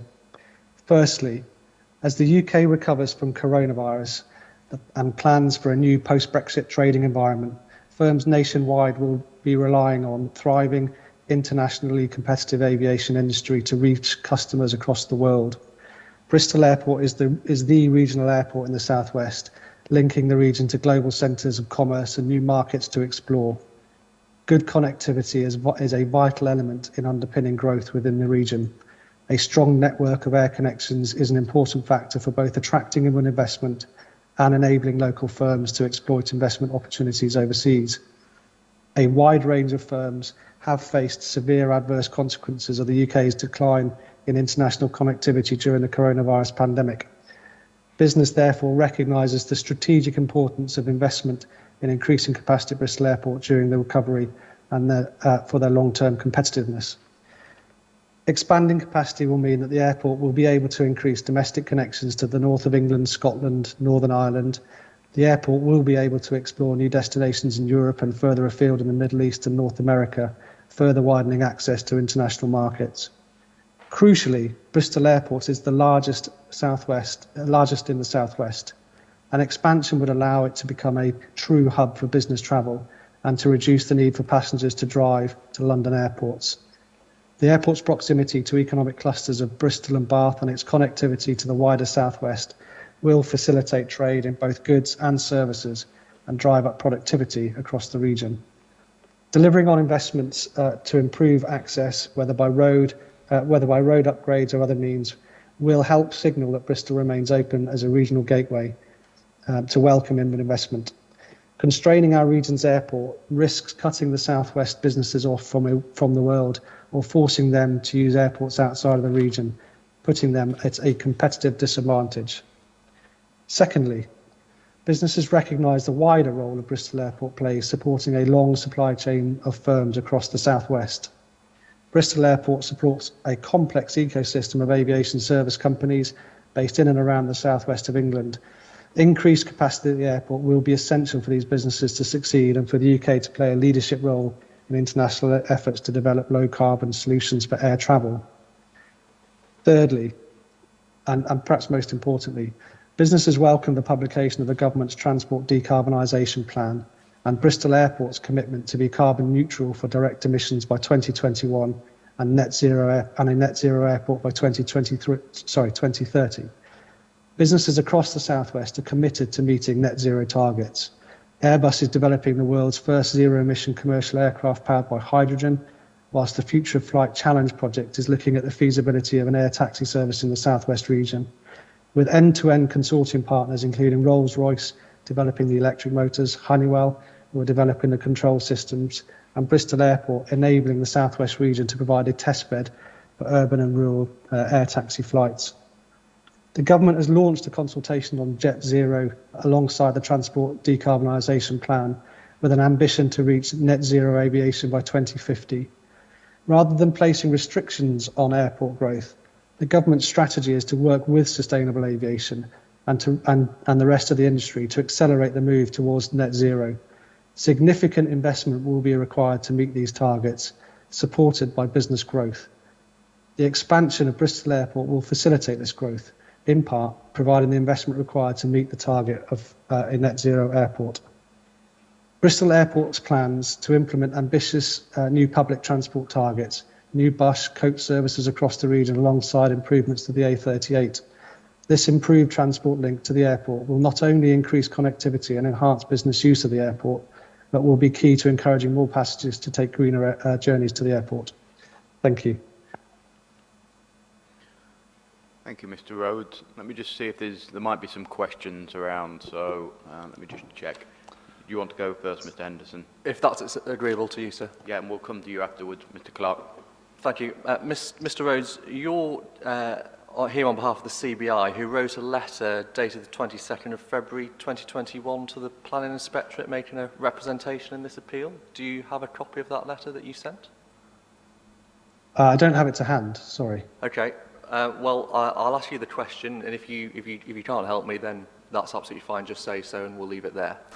In your letter, you say this. It's the second paragraph. You say poor connectivity and transport infrastructure have inhibited growth in the southwest, and it's therefore important for Bristol Airport to be permitted to expand. My question to you is this. What study or other documentary evidence do you have which demonstrates that poor connectivity has inhibited growth in the southwest as a whole? I think my answer to that would be, so the way that we put forward views on behalf of our membership, primarily in the southwest, is through one-to-one contact with our members, but also through our really strong and robust regional council structure. So we work with business leaders that represent significant employers across the region, and in many of the conversations we've had over the last 2 or 3 years within regional council, this subject has come up on a number of occasions. So it's really direct conversations with business leaders who lead and drive forward significant businesses within the southwest. One more question which arises from what you've said today. You've talked about connectivity and new business destinations. Do you know which new business destinations will be provided by the expansion at Bristol Airport? I don't have that information to hand, no, I'm afraid. Okay, thank you very much. So that's everything. Mr. Clark? Yeah, thank you, Mr. Rose, for your evidence. Couple of questions. You mentioned Bristol Airport's ambition to be a net zero airport. Do you understand that that doesn't include emissions from the planes? Yes, certainly. Okay, thank you. In preparing your statement today, have you considered the other evidence that has been put in, for example, by NEF, on the negative impact of climate change on local businesses? So have you read that report, is the question. Sure. Personally, I have not. I've got policy colleagues who have supported me with the reading of the relevant report.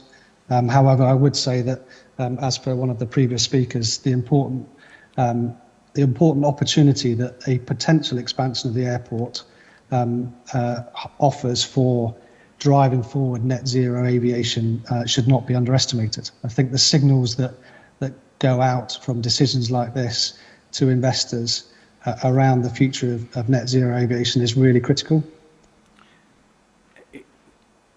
do you agree within, within organisations that are part of the CBI, there would be divergent opinions around these plans? Sure, absolutely. I mean, the CBI is really well understands the cross-sector nature of our membership, where we work across a very broad sector, cross-sector of the economy. So we, on a daily basis, make fine judgments on whether we think something is in the balance positive or in the balance negative.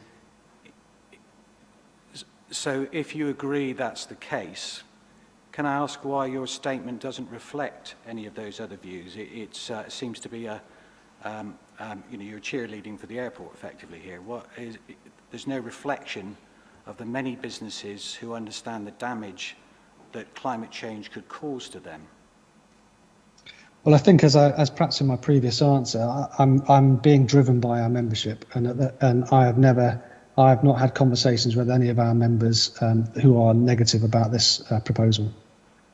Well, just for your information, we've been approached by a number of businesses, including your members, who are negative. Well, that's about this giving proposal. evidence, Mr. Clark. Can I think you've got a document or a policy called Green Recovery Roadmap. Are you familiar with that document? I think so. I'd probably have to see it to confirm that. It's basically a document where you're talking about the CBI's help to businesses to achieve net zero, and talks about an ongoing commitment to tackling climate change, for example. Do you see any internal conflict between that document and the statement you've given today? Personally, I don't. I think that the fact that we've tried to produce a balanced argument with regards to the importance of net zero aviation for the future of the sector shows that we're very much committed to net zero and decarbonisation, but not at all cost. You say a balanced view. You do agree, though, that your statement was wholly in support of the expansion of Bristol Airport? Yeah, in terms of its key role in supporting a net zero aviation sector, yes. Okay, thank you very much. Thank you, Mr. Rhodes, and no further questions. Can you just make sure, again, you email a copy of your speaking notes into Joanna Vincent, the case officer, if you haven't done so? Sure, will do. Thank you. Thank you. Right. Mr. Roberts. Yes, do you want to come forward, Mr. Roberts? There's a chair right in front of you. Turn on the microphone. You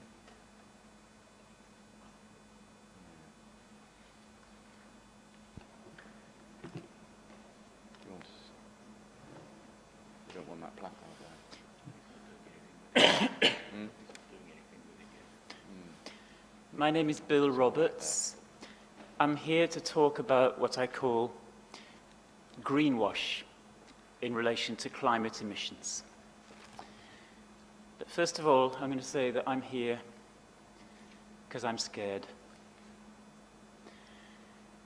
A couple of years ago, when the climate emergency started to feel real, I said to myself, well, it's not the end of the world. And I realized it could be, as far as humanity is concerned. And I say that not because I expect you to make a decision based on the heart, because of course you're making a decision based on carefully weighing facts and information. But fear is a really important response to danger. It's fear that has got us where we are. It's fear that's helped us survive saber-toothed tigers. And I feel that my fear and the fear of others like me is very real and an important part of my humanity, as is my sadness that we haven't listened to the science from the last 30, 40 years. And my anger that multinationals and oil companies have delayed climate action by decades by promoting climate skepticism.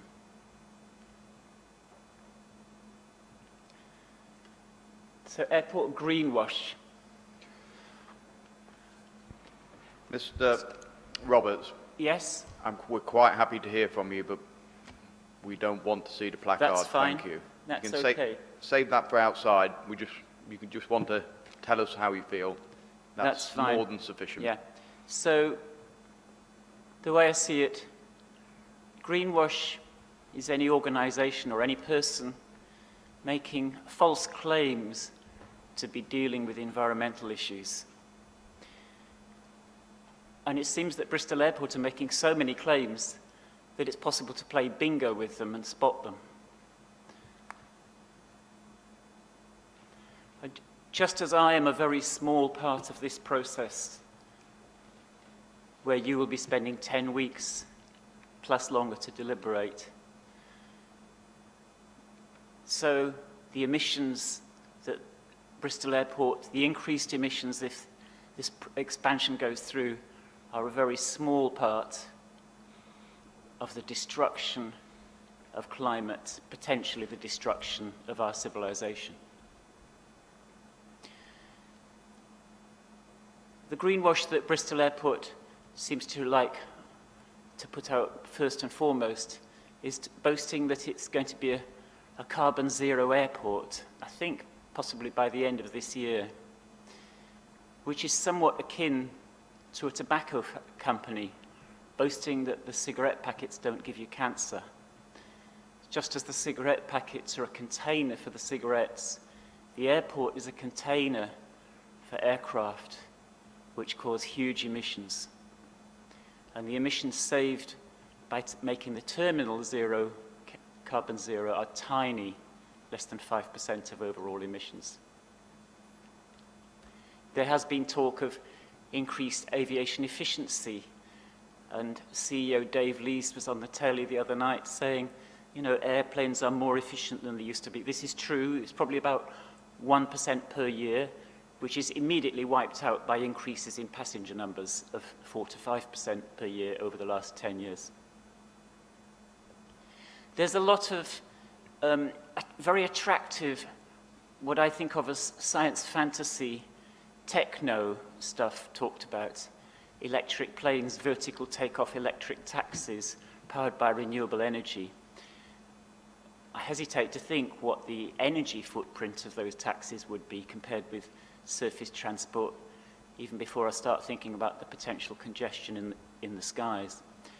And there's talk of electric aircraft in a general and glib way, implying that in 20 years' time, any flight you want to take will be electric, when the fact is that yes, there already are pilot electric aircraft, but because batteries weigh 43 times as much as aviation fuel for the same amount of energy, and remain as heavy for the whole flight, unlike kerosene,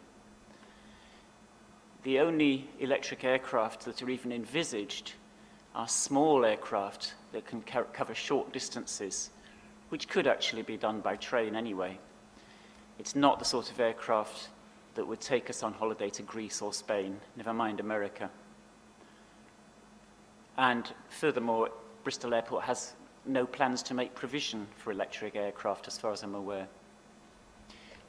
It's somewhat similar with hydrogen power. I'm sure hydrogen has a big future in decreasing emissions. But in terms of aircraft, hydrogen takes up 4 times the physical space as kerosene to deliver the same amount of energy. So either there have to be very few passengers on the flight, or the plane has to be very huge. Furthermore, the technology to hold hydrogen, liquid hydrogen at minus probably 270, very, very low temperatures, to hold that quantity of hydrogen safely in a plane hasn't been developed. So again, beyond small aircraft, this is fantasy. It's relying on a hope Then we look at sustainable aviation fuels. Now, biofuels take away land that is needed for food, or they take away forestry. We need all the forest we can get, obviously. And with a burgeoning population on Earth, we need the food.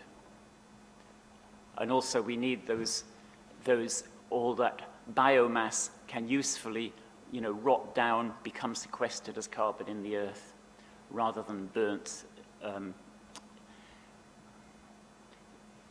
Synthetic fuels, synfuels, can be produced using renewable energy. However, to replace the entire UK amount of aviation fuel with synfuels would require something like 2.5 times the total UK renewable electricity generation currently. So it's somewhat in competition with the renewable energy that is needed for much more necessary things than flying. And then we come to the measures that don't actually cut emissions at all, but counter them. CORSIA, the offsetting scheme. Most offsetting schemes, it's been shown by an EU study, exaggerate the impact of them, so they won't deliver what they say they will deliver. And it's been proven, it's been shown that in order to offset the approximately 1 million tons a year of CO2 emissions that Bristol Airport expansion is causing, would require the planting of forest the size of North Somerset every 4 months. This clearly is not viable. Furthermore, all that reforestry is needed anyway, in addition to cutting emissions, if we're going to get out of this incredible mess we're in. Carbon capture, likewise, doesn't reduce emissions, it deals with them. If it ever takes off, carbon capture is in its infancy. And yet, the Sustainable Aviation website, Sustainable Aviation, the body designed to promote the idea that aviation can be sustainable, their website shows that 35% of aviation emissions will be dealt with by carbon capture by 2050. That's a pretty high-stakes gamble to put 35% of your emissions, put the faith in that on something that almost doesn't exist even. Then there's the wonderful phrase jet zero that Boris Johnson's fond of throwing around. It sounds wonderfully attractive. It awakens the schoolboy fantasist in all of us, I think. It's basically an aspiration. It's a way of glossing over the facts that I've outlined above.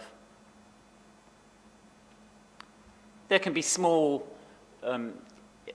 decreases in emissions due to rescheduling flight paths and operational efficiencies, but very small, perhaps 5%. And then there's the argument of, well, aviation is only 2% of all emissions.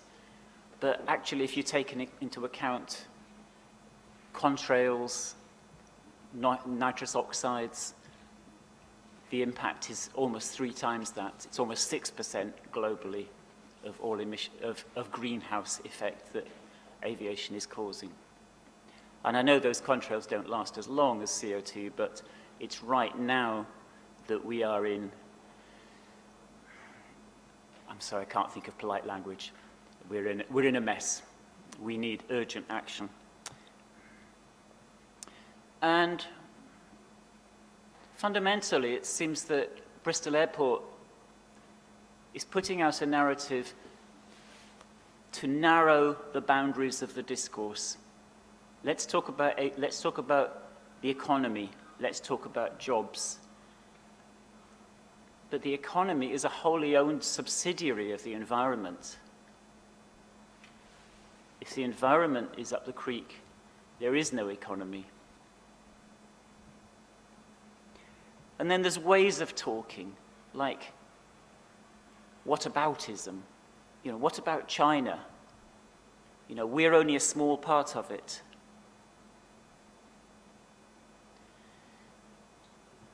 I'm here today, really, I'm sure I'm duplicating what other people are saying with a lot of what I'm saying, but I want to plead a case for really using awareness to spot language that is actually masking a bigger truth. You know, reassurances that do not have substance. And when I've seen some of the video from yesterday and the day before, and I know that it's wonderful that we have this process where you're calmly listening. And I don't for a minute think you're going to be taken in by all this stuff, but this is why I'm here, to look at the broader picture and to maintain, to ask you to keep that broad perspective with where we are in 2021, needing urgent action on climate. And I know that the case is being fought item by item as to why actually government policy says that we need to do that. So I urge you to keep holding that all in mind. Thank you very much. Thank you, Mr. Roberts. Any questions? Mr. Humphreys? No. Any questions? No. Thank you. Thank you very much for your time. You made good notes of that, didn't you? I don't think he had any. Next we have delightfully named Jenny Denny.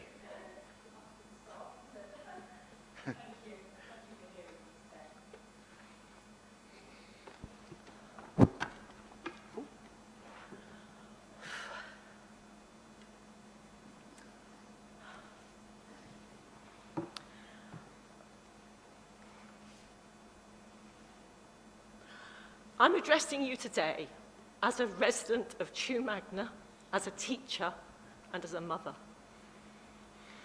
I think it's important to look at the path that has brought us here today.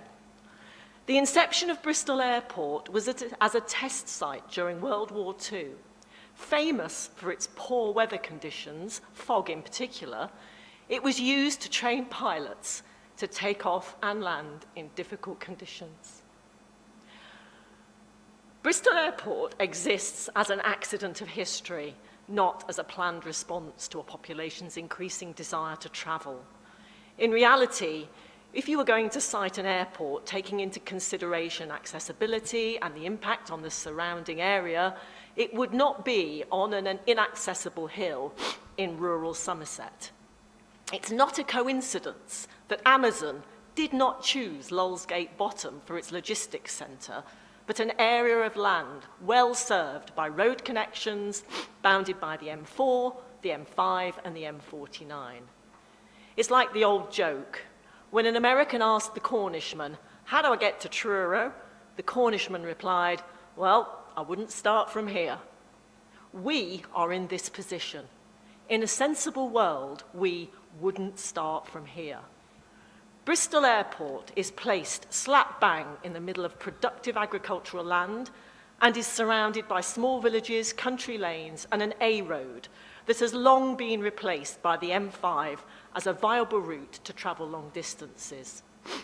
If you allow the airport's owners to expand to the extent they currently hope to, with no guarantee that before long they will be asking for even more, you must also have decided, therefore, to give the green light to extensive road building, urbanisation of a rural community, and the destruction of a truly beautiful part of the country.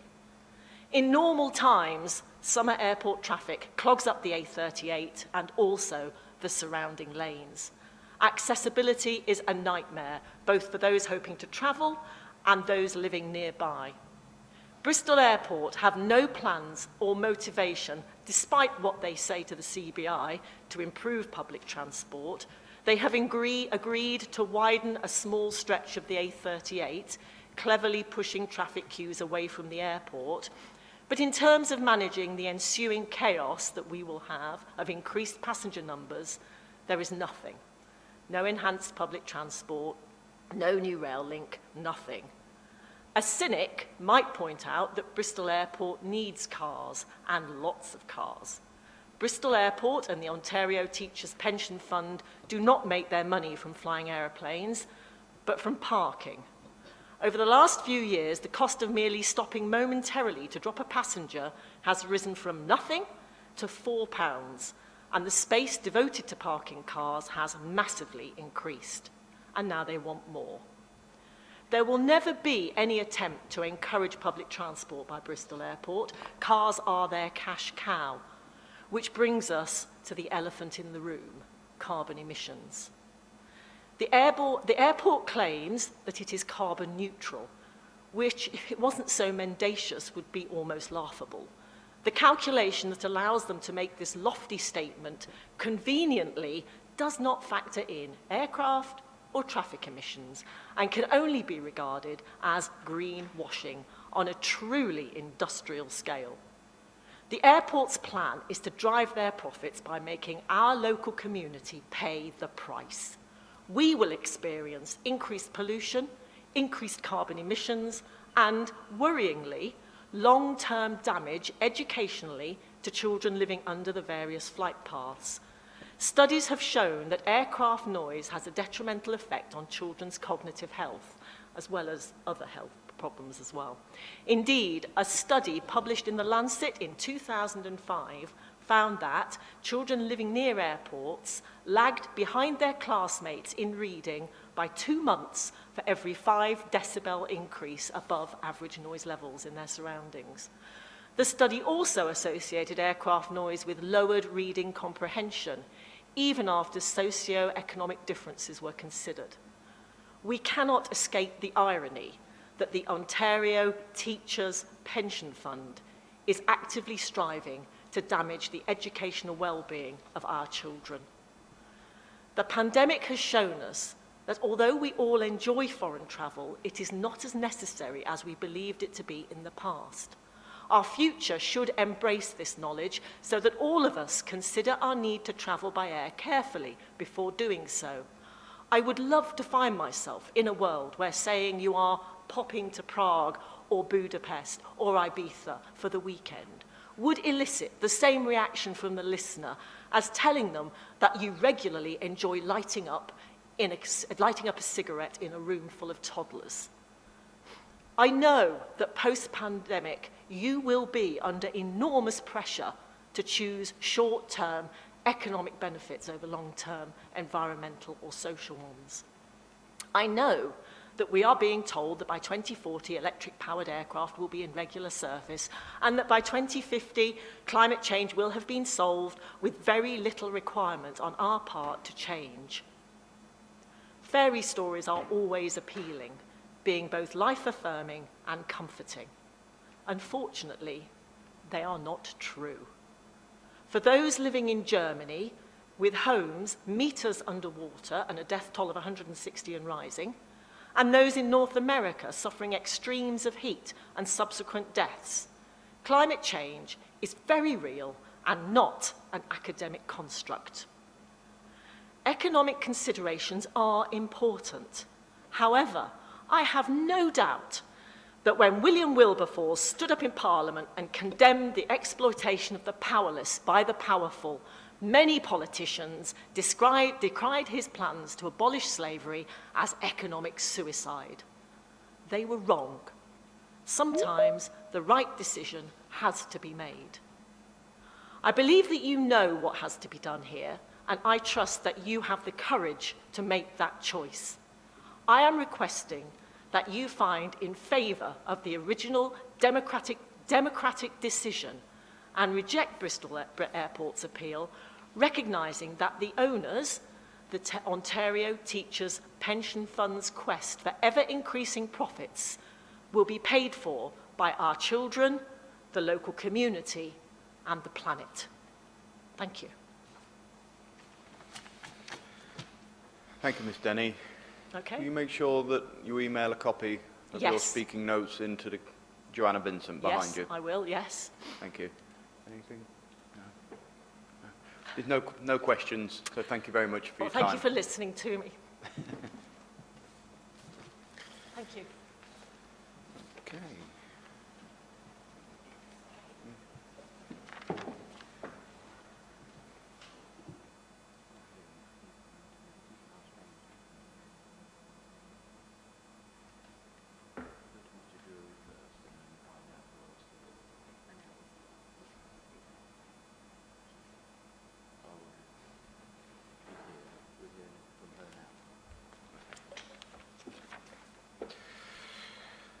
Okay, do we have Mavis Serchi? I hope I pronounced Yes. that right. On Yes. virtually. Good morning. Yes, that's correct. Good morning. Good morning. Thank you. Do you want to turn your camera on if you can? Yes. There we go. Thank you. Yes, you pronounced my name correctly. My name's Mavis Serchi. Thank you for the opportunity to contribute to this very important planning inquiry. I'm speaking here simply as a concerned citizen and a former resident, having previously lived in the city of Bristol for more than 30 years. I've flown from Bristol Airport on many occasions in the past, and I can remember it when it was a small collection of buildings known as Lulsgate. I have a family connection with the airport, as my brother worked there for several years, running the then in-flight catering service, Danair Airlines. However, like many thousands of other people, I've changed my mind and my behaviour in relation to flying. And in recent years, I seek alternatives wherever possible. Today, I have to speak against the airport's plans for expansion. You, as inspectors, have advised us that this is a local inquiry, but our contributions must be new and not repetitious. You don't want us to simply endorse what others have said. Any evidence we present must relate to the specific impact of these proposals, of this development, not of the impact of airports in general. You want us to give unique and personal testimony. I'm afraid there is a major problem for me in heeding this advice, correct and proper as it may be, in terms of planning procedures. The climate emergency is not a unique or a personal experience, nor a local one. It's a collective and shared experience, albeit not equally shared in the severity of its impact. And while it may manifest itself locally and with great intensity, its touch is felt simultaneously around the world in different forms. I now live near Stroud in Gloucestershire, and although I wouldn't suffer the same direct impact of the increased night flights, the more polluted air, the busier, noisier roads, or the damage to the natural environment, as many more local residents have testified, the increased emissions will certainly have an impact much wider than the merely local. QC Michael Humphreys, Bristol Airport's legal representative, was at pains to stress yesterday in his opening statement that this is a purely local issue which must be decided on the basis of relevant planning regulations. He asserts that this inquiry has no remit to comment on the carbon emissions from air traffic, which he states are a matter of national policy. This is perfectly understandable, as it suits the airport's purposes well to dissociate from and separate off the responsibility for the carbon emissions generated by the 23,800 additional flights that it seeks. Unfortunately, the forces that we have unleashed, that we now know as the climate emergency, pay scant attention to planning regulations or local boundaries.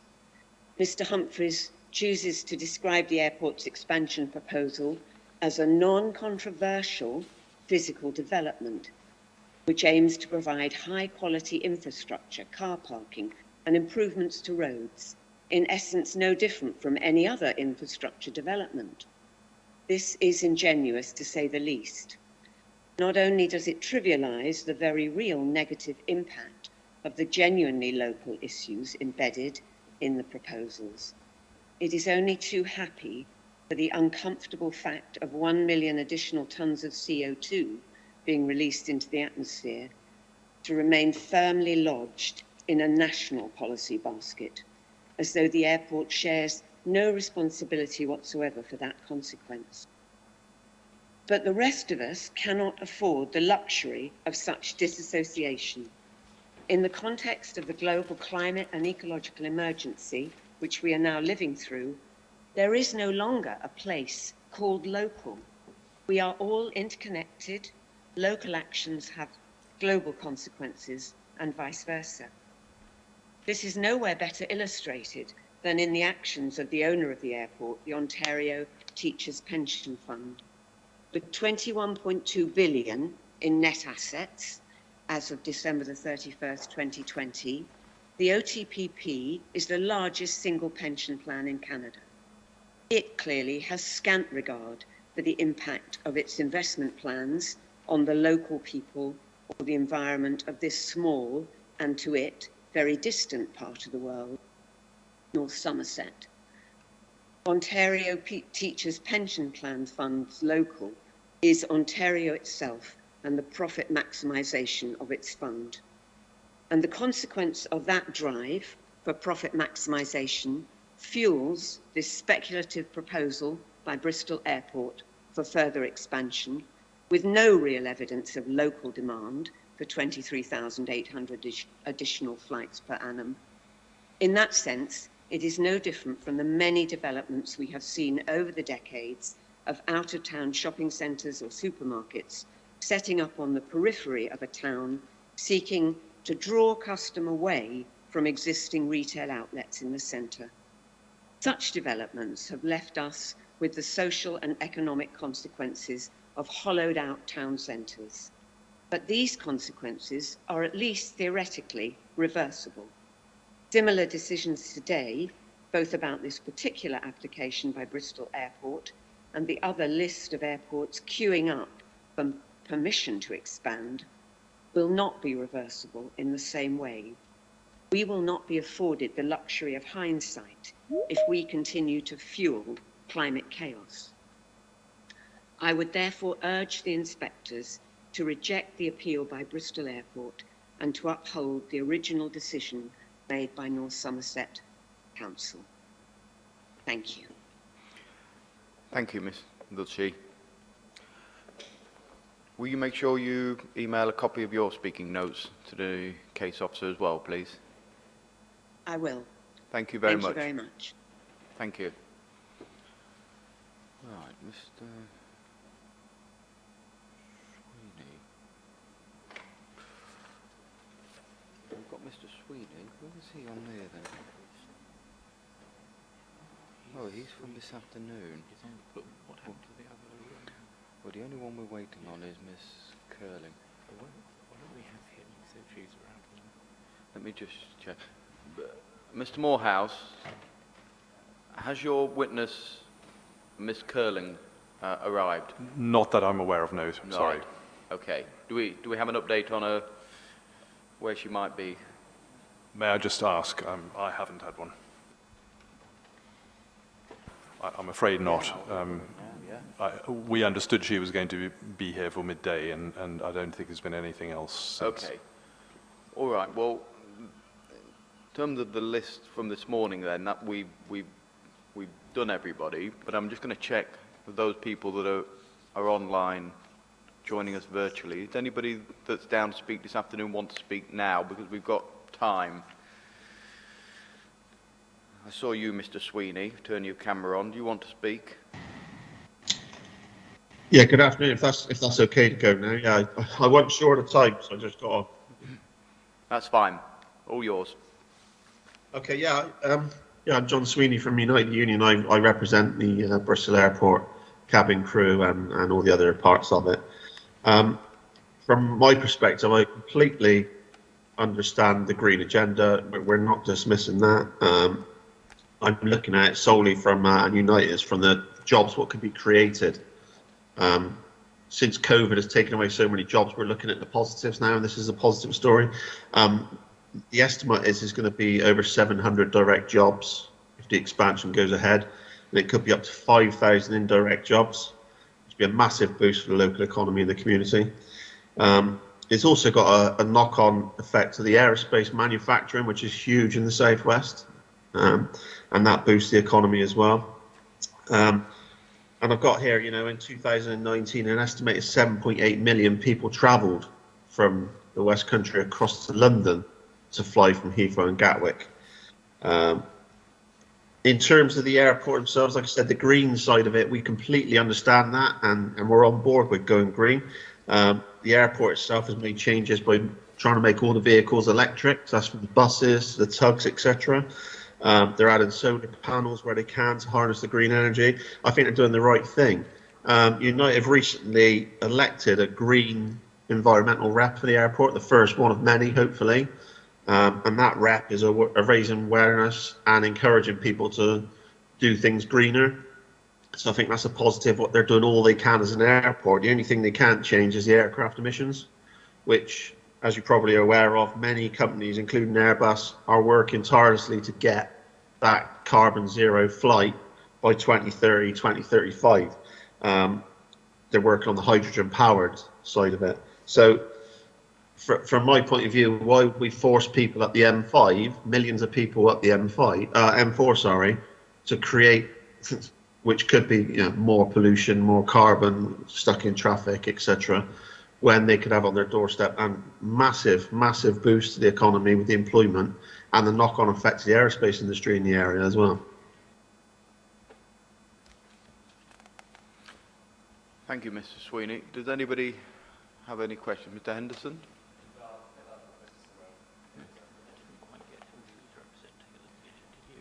The staff at the airport, Mr. Clark, do you want to ask some questions? Yes, thank you very much for your evidence. You mentioned travelling to London and the fact that people will have to travel to London rather than, because there won't be capacity for them to fly for Bristol, is a carbon reason for expanding Bristol Airport. We've put in evidence to this inquiry from Professor Kevin Anderson of Manchester University. It's probably a bit unfair, but I don't suppose you've read that evidence, have you? No, I haven't, no. No, okay. He explains clearly and scientifically why actually that is not a reason to expand Bristol Airport. One of the points is about 2/3 of people who fly from London actually go by public transport to London airports.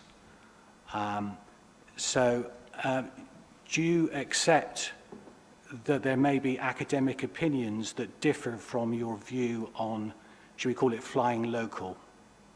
Okay, well, going by what you've just said, as I said, in 2019, it's estimated 7.8 million went to London. So 7.8 million went to London. You're saying 2/3 go on public transport. 1/3 of that is still millions of people travelling needlessly to London to get a flight which they could get locally. Many of those flights are into Europe. Do you accept that? Yes.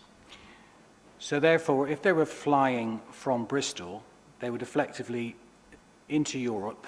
The majority of flights would be flying over London. Do you accept that? Yes.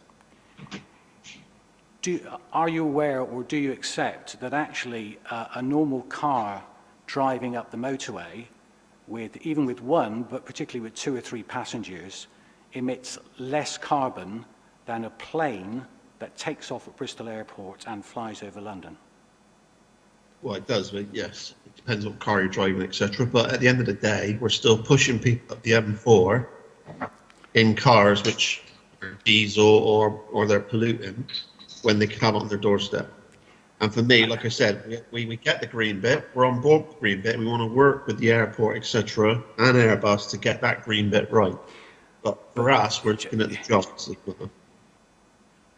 The point, perhaps I can just ask you directly, do you accept, when you look at the academic evidence that we put in and other academic evidence available, that if the choice is between driving up the M4 and effectively flying above the M4, there's less emissions if you drive up the M4? There may well be, yes, but people will want to take that flight. So they're taking it from London or taking it from Bristol. Why not have it locally and employ these people? Well, because as you just agreed, there would be more emissions caused if the flight's taken from Bristol and flies over the London region. That's why. If they're going to have But Mr. Clark, yeah. that Hang on, depends with Mr. respect Humphreys. with where they're Mr. flying Humphreys, to. let me just deal with it, please. I'm quite capable of dealing with this. I think we're straying into matters that are going way beyond the evidence that Mr. Sweeney has gone. Quite happy for you to pick these matters up with the professional witnesses that we're going to have coming. Okay. I think it's a little bit unfair to put some of this on Mr. Sweeney. I'm following Mr. Humphrey's lead from yesterday with respect, but I accept what you say.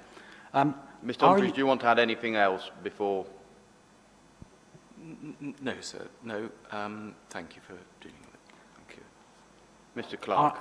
Are you aware of the view of the PCA union regarding the expansion of airports? No. Okay. It's fair to say that they're more ambiguous about it than Unite are. I suppose the point I'm trying to make is there is more than one view within the union movement. Would you agree? There may well be, but my view, representing Unite, is we're looking at local jobs in the area, which, like I said, not only the over 700 direct jobs, up to 5,000 indirect, but the knock-on effect of the aerospace sector, which is massive in the southwest. I'm looking at it from a jobs perspective and the economy. Well, again, I'm sorry, I must refer you to other evidence that's been put into this inquiry directly about jobs. Have you read the NEF report about the economic benefits of these expansion plans? No, but if you look at the... Sorry, just no is good. Thanks. No, but if you look at the employment it's going to bring, that's people coming home with a wage with a family, going out spending it after work in the pub, the barbers, the restaurant. The local economy will improve because of it.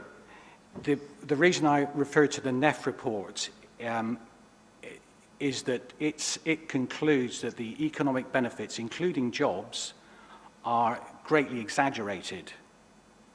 But clearly, if you haven't read the report, you can't really comment on that. But that is correct, you haven't read the report, no. I haven't read the report. No, okay. I have nothing else, thank you. Thank you. Mr. Morehouse, did you want to put anything to Mr. Sweeney? No. Okay.